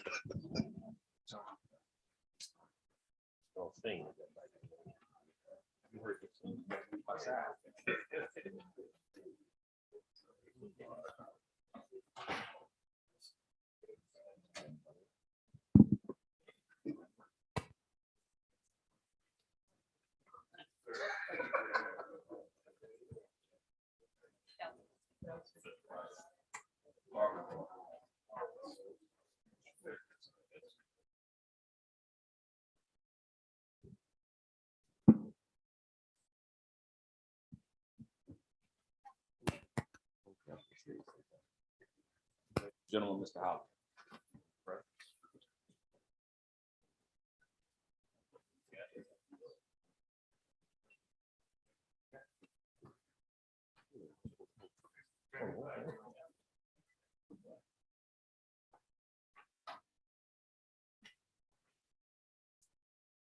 Can you smile for one of them?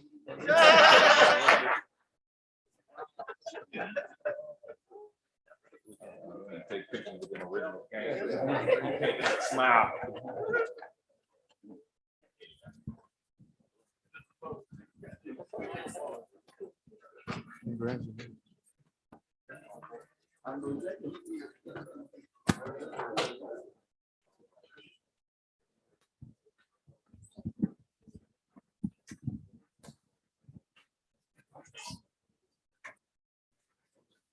Senate wanted to make some public comments. They don't got recognized, but they're here to make some public comments. I mean, they didn't. Never get out of here.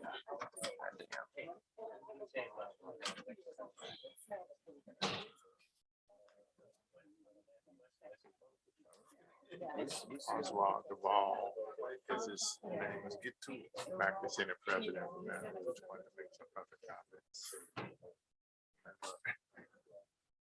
I overlooked one public comment, the Faculty Senate President, Dr. Duvall.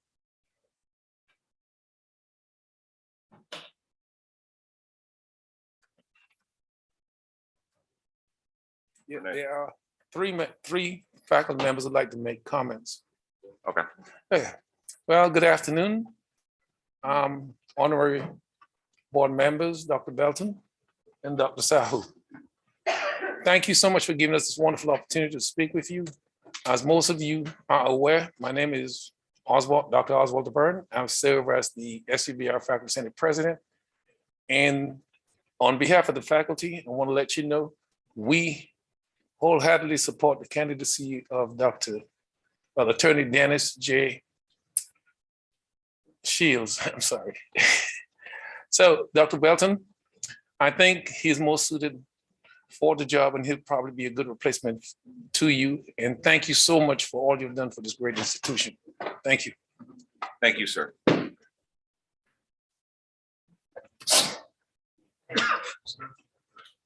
Honorable board members, board chair, vice chair, President Dr. Belton, chancellors, vice chancellors, and provost. My name is Anthony Gidi, vice president, the faculty senate, SUBR.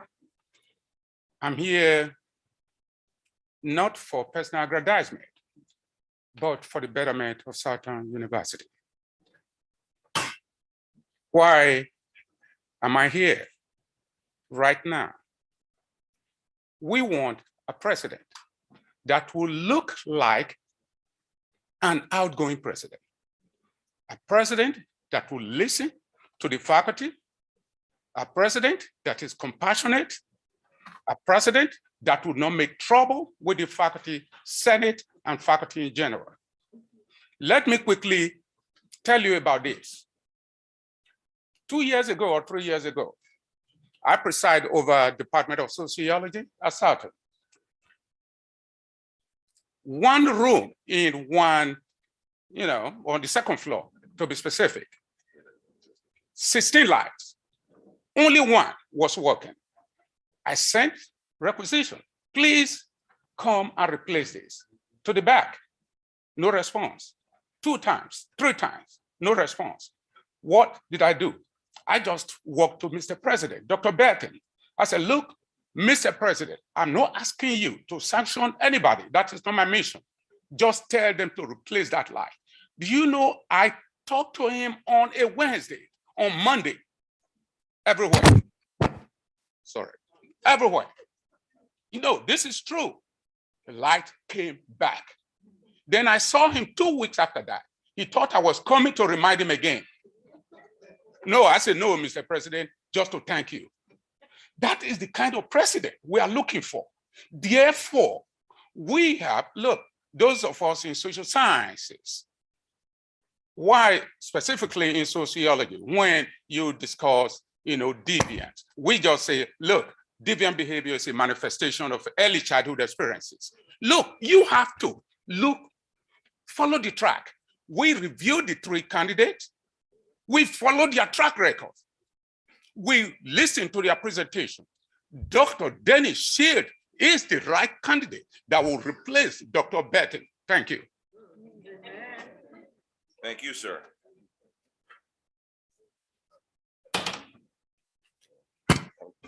Don't worry.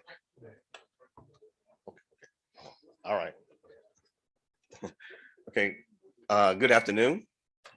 I am Dr. Albert Samuels. I chair the Department of Political Science, and in a past life, I was president of the Faculty Senate. Before I echo the sentiments of my colleagues, I think it's important publicly to commend the leadership of Dr. Ray Belton.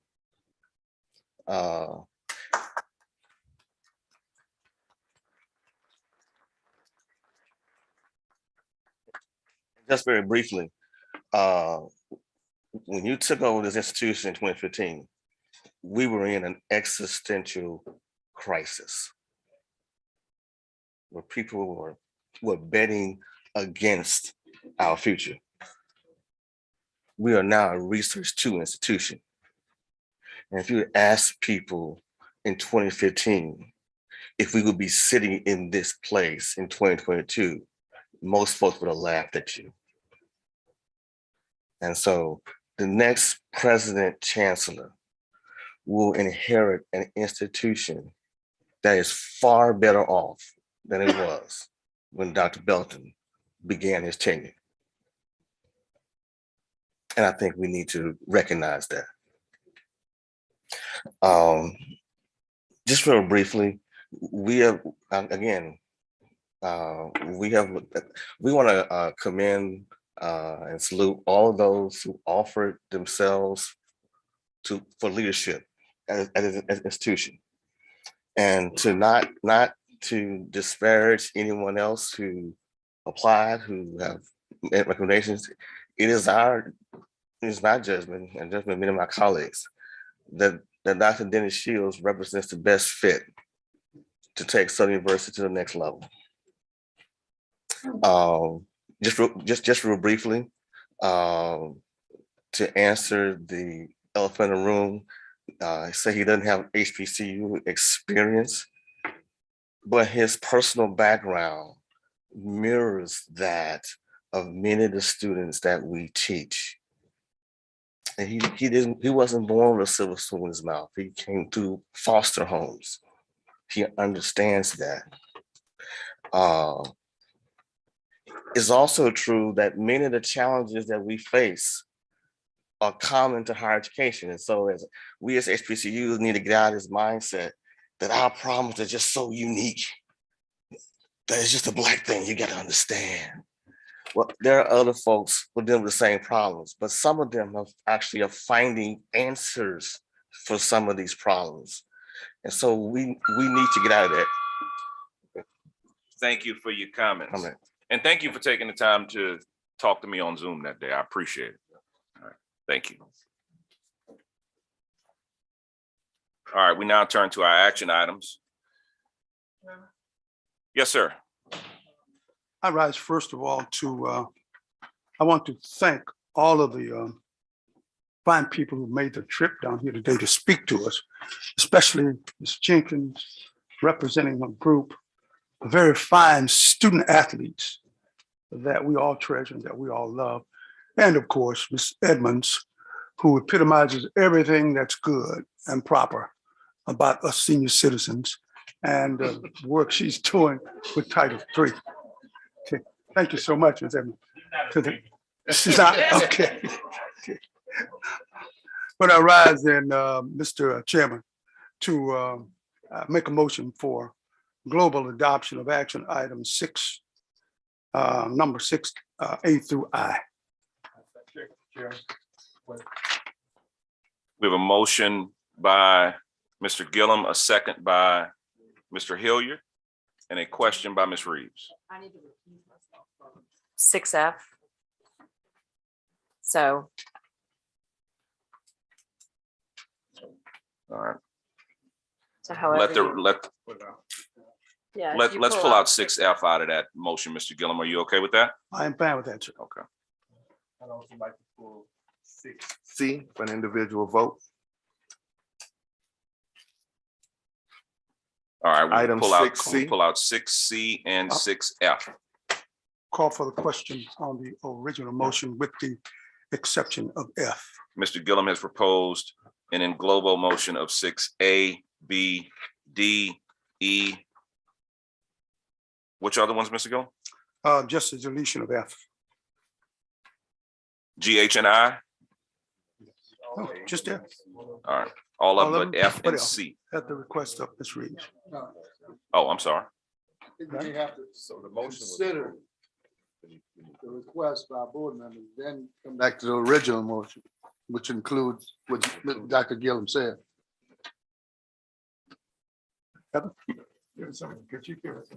Yeah, I've lost what motions flew back and forth.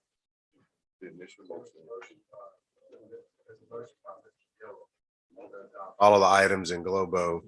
And then Ms. Reeves indicated that she needed to abstain. So then there was an ask to have Mr. Gillum restate his motion excluding item F, I believe. That's right. You missed Mr. Fondel's question. And then Mr. Fondel has a question on the motion. But if the motion that Mr. Gillum is now revising, we'll see if he still has the same question. Well, Mr. Gillum, would you restate your motion? Okay. My motion is to accept action item 6A through I with the deletion of item F. Do we have a second on Mr. Gillum's motion? I'm gonna ask. Mr. Hilliard has a second on the motion. Any comments? Yeah. Point of order. Mr. Lawson? Mr. Lawson says the question has been called. We will move towards a vote on Mr. Gillum's motion. Can you do a roll call, sir? Yes. Attorney Shorty, Aye. Attorney Whitfield, No. Dr. Whitfield, I'm sorry. And had a JD as well. I'm a bad boy. Aye. Dr. Whitfield. Attorney Armady, Mr. Bartholomew, Dr. Davis.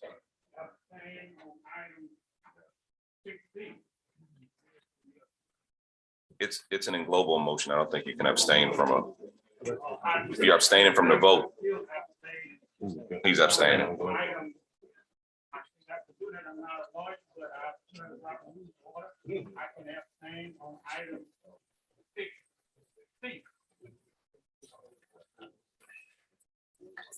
Proceed with the vote. Mr. Fondell, Mr. Gilliam, Mr. Hilliard, Mr. Lawson. Yes. Ms. Reeves. Attorney Rutledge. Mrs. Smith, Dr. Tarver. Yes. Mr. Taylor Jarrell. Reverend Tolbert.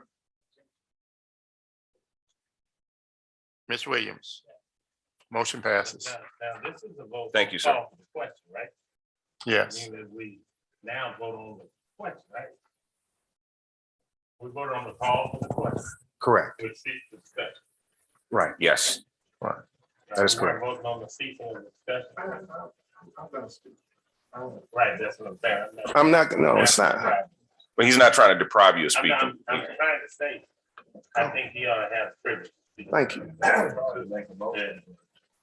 Yeah, and we rush. What's the rush? I don't mind him speaking on the item, but procedurally. Once you call the question. If we have voted, if the vote that we just took was a vote to Call for the question, then there's that no more discussion. authorization Speaking is cut off. That is correct. Now, I don't mind him speaking at all. Frankly, I thought we were, procedurally, you are correct, Mr. Law. That's right. When the motion to call for the question is made, then that's what you voted on. And then you vote upon the substance of the motion. But if that motion has passed, there is no more discussion. The only thing left for the board to do now is to vote on Mr. Gillum's motion. Now you can recognize it. I'm going to recognize Mr. Fondell to speak. I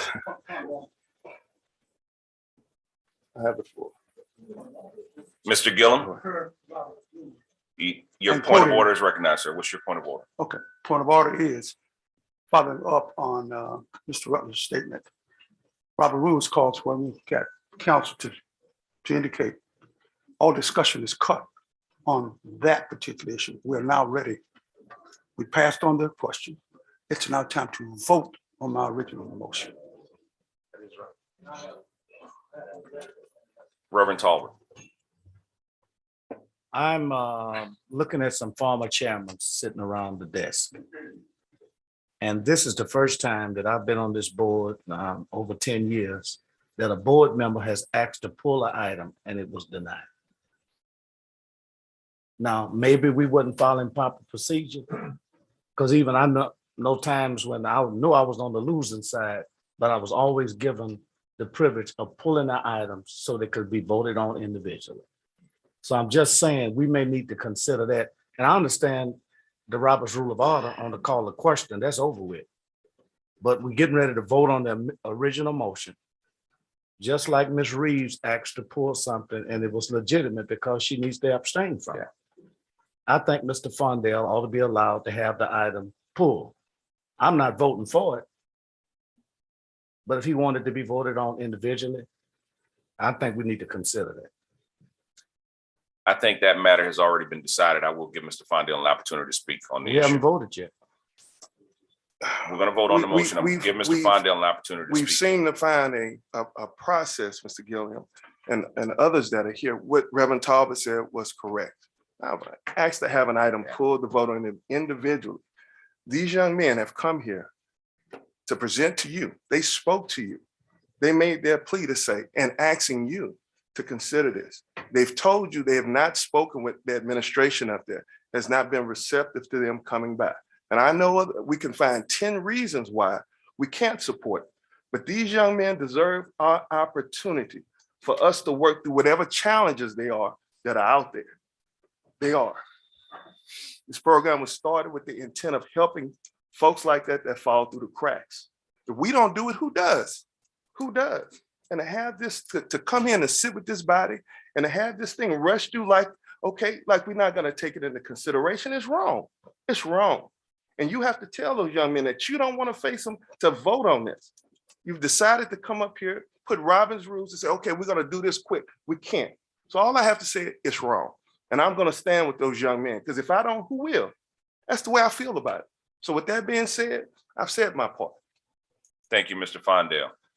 All in favor of Mr. Gillum's motion, signal by saying aye. Aye. And opposed? Signal by saying nay. Let the record reflect Mr. Fondell is against the motion. Certainly, sir. Call the roll, please, Mr. President. Attorney Shorty, Aye. Dr. Whitfield. Aye. Attorney Amity. Ms. Bartholomew. Dr. Davis. Mr. Fondell. Mr. Gilliam. Mr. Hilliard. Mr. Lawson. Ms. Reeves. Attorney Rutledge. Mrs. Smith. Dr. Tarver. Mr. Taylor Joel. Reverend Tolbert. Ms. Williams. Motion passes. Thank you, sir. Now we'll return to item 6F. Want the record to reflect any votes taken on this Ms. Reeves is abstaining from. Can I get a motion to approve item 6F? Second. Rutledge moves, Dr. Whitfield seconds. All in favor, signal by saying aye. Aye. Any nays? The motion is approved. Now we will move to our resolutions. Dr. Williams. Thank you, Mr. Chair, members of the board. Our February 2022 resolutions are as follows. Our condolences to the Jerry Cole III family. Mr. Cole was the owner of Cole Construction and was a graduate of Southern University, Baton Rouge. He was a member of the Southern University Alumni Federation and passed away on January 8th, 2022. Condolences are also to the Honorable Judge Christopher Ronald Dassaw family. Judge Dassaw received his Juris Doctorate degree from Southern University Law Center in 2012. He was a city prosecutor for Baker since 2021, prior to servicing in the 19th JDC. Judge Dassaw was committed to justice and progress in our community, and he passed away on Wednesday, January 16th, 2022. Condolences also to the Willie L. Haynes senior family. Mr. Haynes was employed by Southern University Baton Rouge in the Department of Mathematics and taught from 1970 to 1999. He passed away January 5th, 2022. Our deepest condolences also to the Benny W. Scott senior family. Mr. Benny Scott Sr. attended Capital Senior High School and served in the U.S. Army. He was the father of Miss Angela Scott Gaines, who is the Director of Facilities and Maintenance at the Southern University Law Center. He passed away on February 5th, 2022. Condolences are also extended to the Ernie Dunn Scott family. Mr. Scott was a 1980 graduate of Southern University Lab School. He earned his bachelor's degree in accounting from Southern Baton Rouge in 1984. Ernie achieved many accomplishments. One of his most cherished was being initiated into the Alpha Sigma chapter of Kappa Alpha Psi fraternity, incorporated in 1984. He was the brother of Miss Tracy Abraham, who is the Executive Director of Student Services and Residential Life and Housing, and he passed away on January 22nd, 2022. Condolences also to the John L. Sullivan family. Mr. Sullivan was a retired U.S. Coast Guard veteran born in New Orleans, Louisiana, a graduate of Walter L. Cohen High, class of 73, and he worked in central stores at Southern University at New Orleans. He passed away on February 3rd, 2022. Our sincerest condolences also to the Melvin Turner family. Mr. Turner was a graduate of Grambling State University. He was a member of many civic and social organizations in Shreveport, and he shared a fraternal bond within the Brotherhood of Omega Psi Phi Fraternity Incorporated. He was the father of Dr. Melva Christie Turner Williams, who was the Vice Chancellor for Student Affairs and Enrollment at Southern University at Shreveport. He passed away on February 14th, 2022. Our condolences are also to the Brandon Byron B.K. Keith Valentine family. Mr. Valentine earned his high school diploma at Baton Rouge Magnet High School in '82.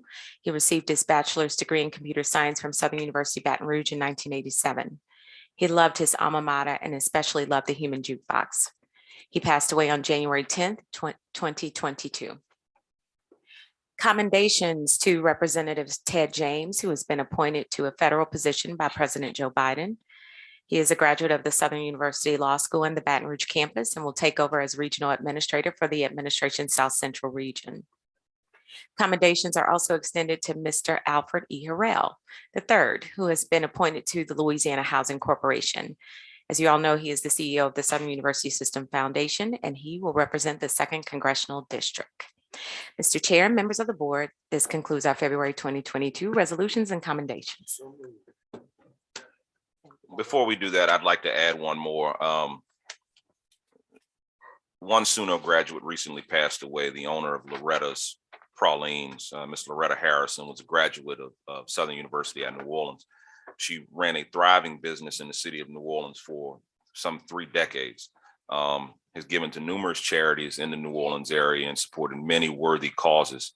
Offer this resolution in favor of Miss Loretta of Loretta's Pralines. Second. All in favor? Aye. Opposed? Resolutions are adopted. Now, the Board of Supervisors of Southern University and Agricultural and Mechanical College may meet in executive session to discuss personnel matters under the provisions of Louisiana Revised Statute 4217. Discussions regarding the qualifications of the individuals included in Section 8 of the agenda are such matters. While in executive session, the board may meet with its staff, attorneys, or other persons it deems necessary. No motions or votes may be taken while in executive session. Is there a motion to go into executive session? Second. Moved by Ms. Williams, seconded by Dr. Whitfield. All in favor, say aye. Aye. Any opposed? The board is now in executive session. We got to do a roll call. Let's, Mr. President, roll call, please.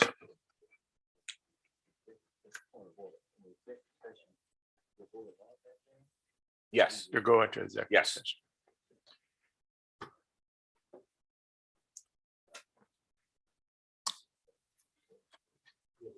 You need a roll call. Yeah. There's a roll call vote. Attorney Shorty, Yes. Dr. Whitfield, Yes. Attorney Armady, Ms. Bartholomew, Dr. Davis, Mr. Fondell, Mr. Gilliam, Mr. Hilliard, Mr. Lawson, Ms. Reeves, Attorney Rutledge, Mrs. Smith, Dr. Tarver, Mr. Taylor Joel, Reverend Torbert, Ms. Williams. You have a quorum. Thank you, sir. The board is now in executive session. Do you want?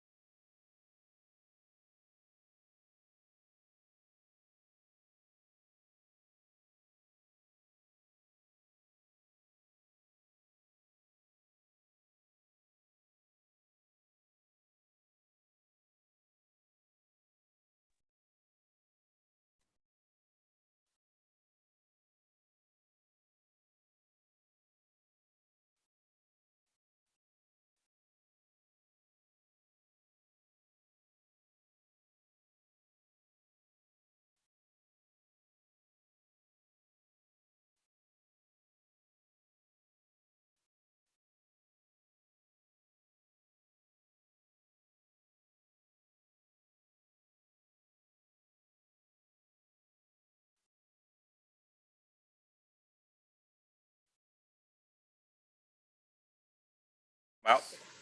Thank you, Jeff. No, you do not. Okay. The ayes have it. We are now back in open session. The chair will now recognize Reverend Talbot. Thank you very much, Mr. Chairman, to our Vice Chairman and the honorable members of the Board of Supervisors. Southern University system has gone through a search process. We have had semifinalists and then 3 finalists.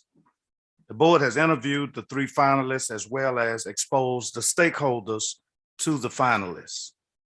There is one person, in my opinion, that is the best fit for where Southern is today and where our strategic plan and master plan are striving to take this Southern University system.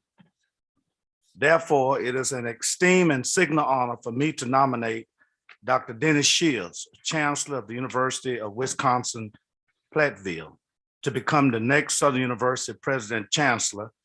And in this motion, nomination to authorize the Chairman of the Board of Supervisors to negotiate the contract. I'd like to recognize Mr. Lawson. Mr. Chairman, I'd like to make the motion that the nominations be closed. Thank you, Mr. Lawson. I have a second from Dr. Tarver. Now we will vote on the nomination of Mr. Shields. Can I have a roll call vote, Mr. President? Yes. Roll call. Attorney Shorty, Aye. Dr. Whitfield, Yes. Attorney Armady, Yes. Ms. Bartholomew, Dr. Davis, Mr. Fondell, Mr. Gilliam, Mr. Hilliard, Mr. Lawson, Yes. Ms. Reeves, Yes. Attorney Rutledge, Mrs. Smith, Yes. Dr. Tarver, Mr. Taylor Joel, Reverend Tolbert, Ms. Williams. Motion passes. Thank you, and congratulations to Mr. Shields.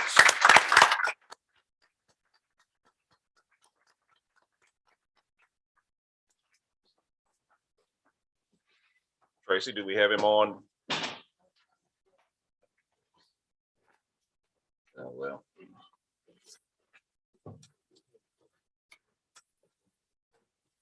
We're having a little technical difficulties in having Mr. Shields say a few words. It is not like he will not have many opportunities to do so. Let's give Tracy a second.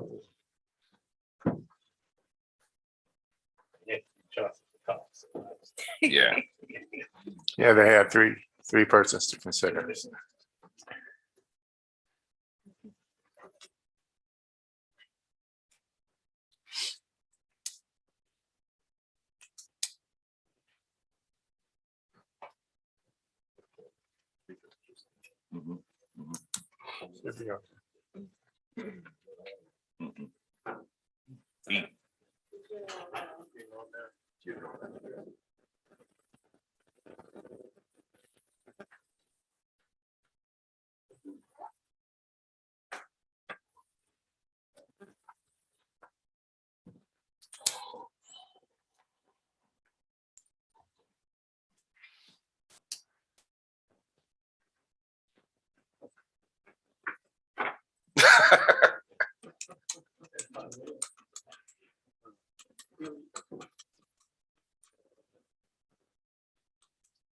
Some emojis look so much like the person. Yeah. Good afternoon. Mr. Shields, can you hear me? Yes, I can. Mr. Shields, it is my honor and privilege to tell you that the Board of Supervisors has voted to name you the next president of Southern University. I am Congratulations, sir. I'm humbled and honored by your confidence in me and to take on this role of this wonderful institution of higher education. I couldn't be more happy. Well, we are excited for you and look forward to working with you, sir. Yeah. My thanks to Rod McDavies, who first talked to me about this opportunity, the Search and Screen Committee, who advanced me through this and took the time to visit with me, the wonderful people who set up my visit to campus and allowed me the opportunity to meet with everybody there, especially the students. It was a remarkable and inspiring experience to spend a couple of hours with them and to observe the leadership of this Board of Supervisors and really take in how much you care about this institution. And I take it as a great responsibility to help work with you to continue the rise of Southern University system.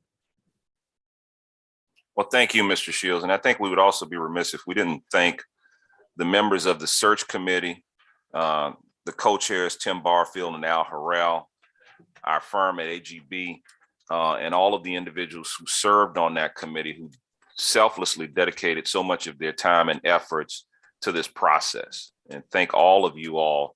And thank you, Mr. Shields. And again, we look forward to working with you, sir. Absolutely. Thanks so much. Thank you. Can I get a motion to adjourn? Moved by Reverend Talbot, seconded by Dr. Whitfield. We are adjourned. Congratulations, Ms. Shields. Congratulations. Gonna need to change that jersey. That Platteville thing? We're gonna see you in blue and gold jersey. Okay, I want one. All right, brother. Congrats. All right.